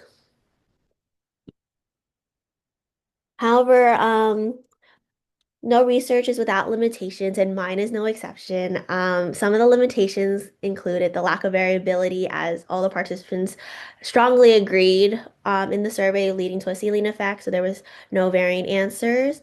The participants may also experience response bias or acquiescence bias, which is also known as yes bias, because in surveys, participants are more likely to possibly agree with statements in a survey.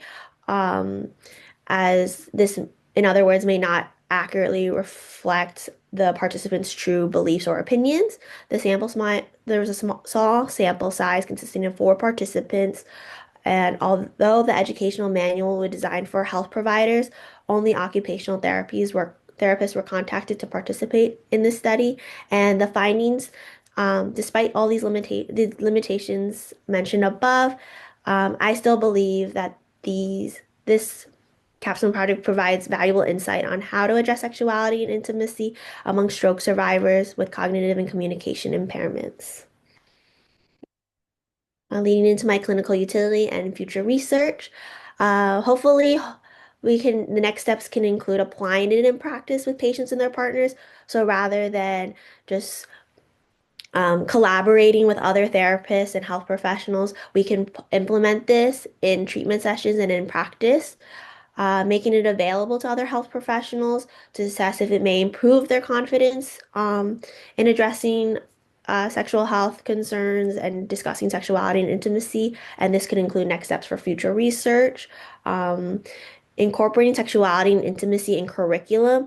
Although there was opportunity to discuss about it, it was limited in our coursework, but this manual can serve as a guide and reference for healthcare professionals or professors or in academia, in clinical settings as well, to incorporate this in our education. And future research can include more detailed interventions for cognitive and communication deficits, addressing sexuality and intimacy post-stroke, as mentioned throughout. There's limited research on evidence-based interventions that address these concerns. And so, in conclusion, stroke has a profound impact on how sexuality is experienced by both the stroke survivor and their partners, yet it is rarely discussed openly amongst them in rehabilitation, especially with those who have cognitive and communication deficits. Therefore, this educational manual addresses a critical gap in care by offering guidance and interventions tailored to cognitive and communication impairment.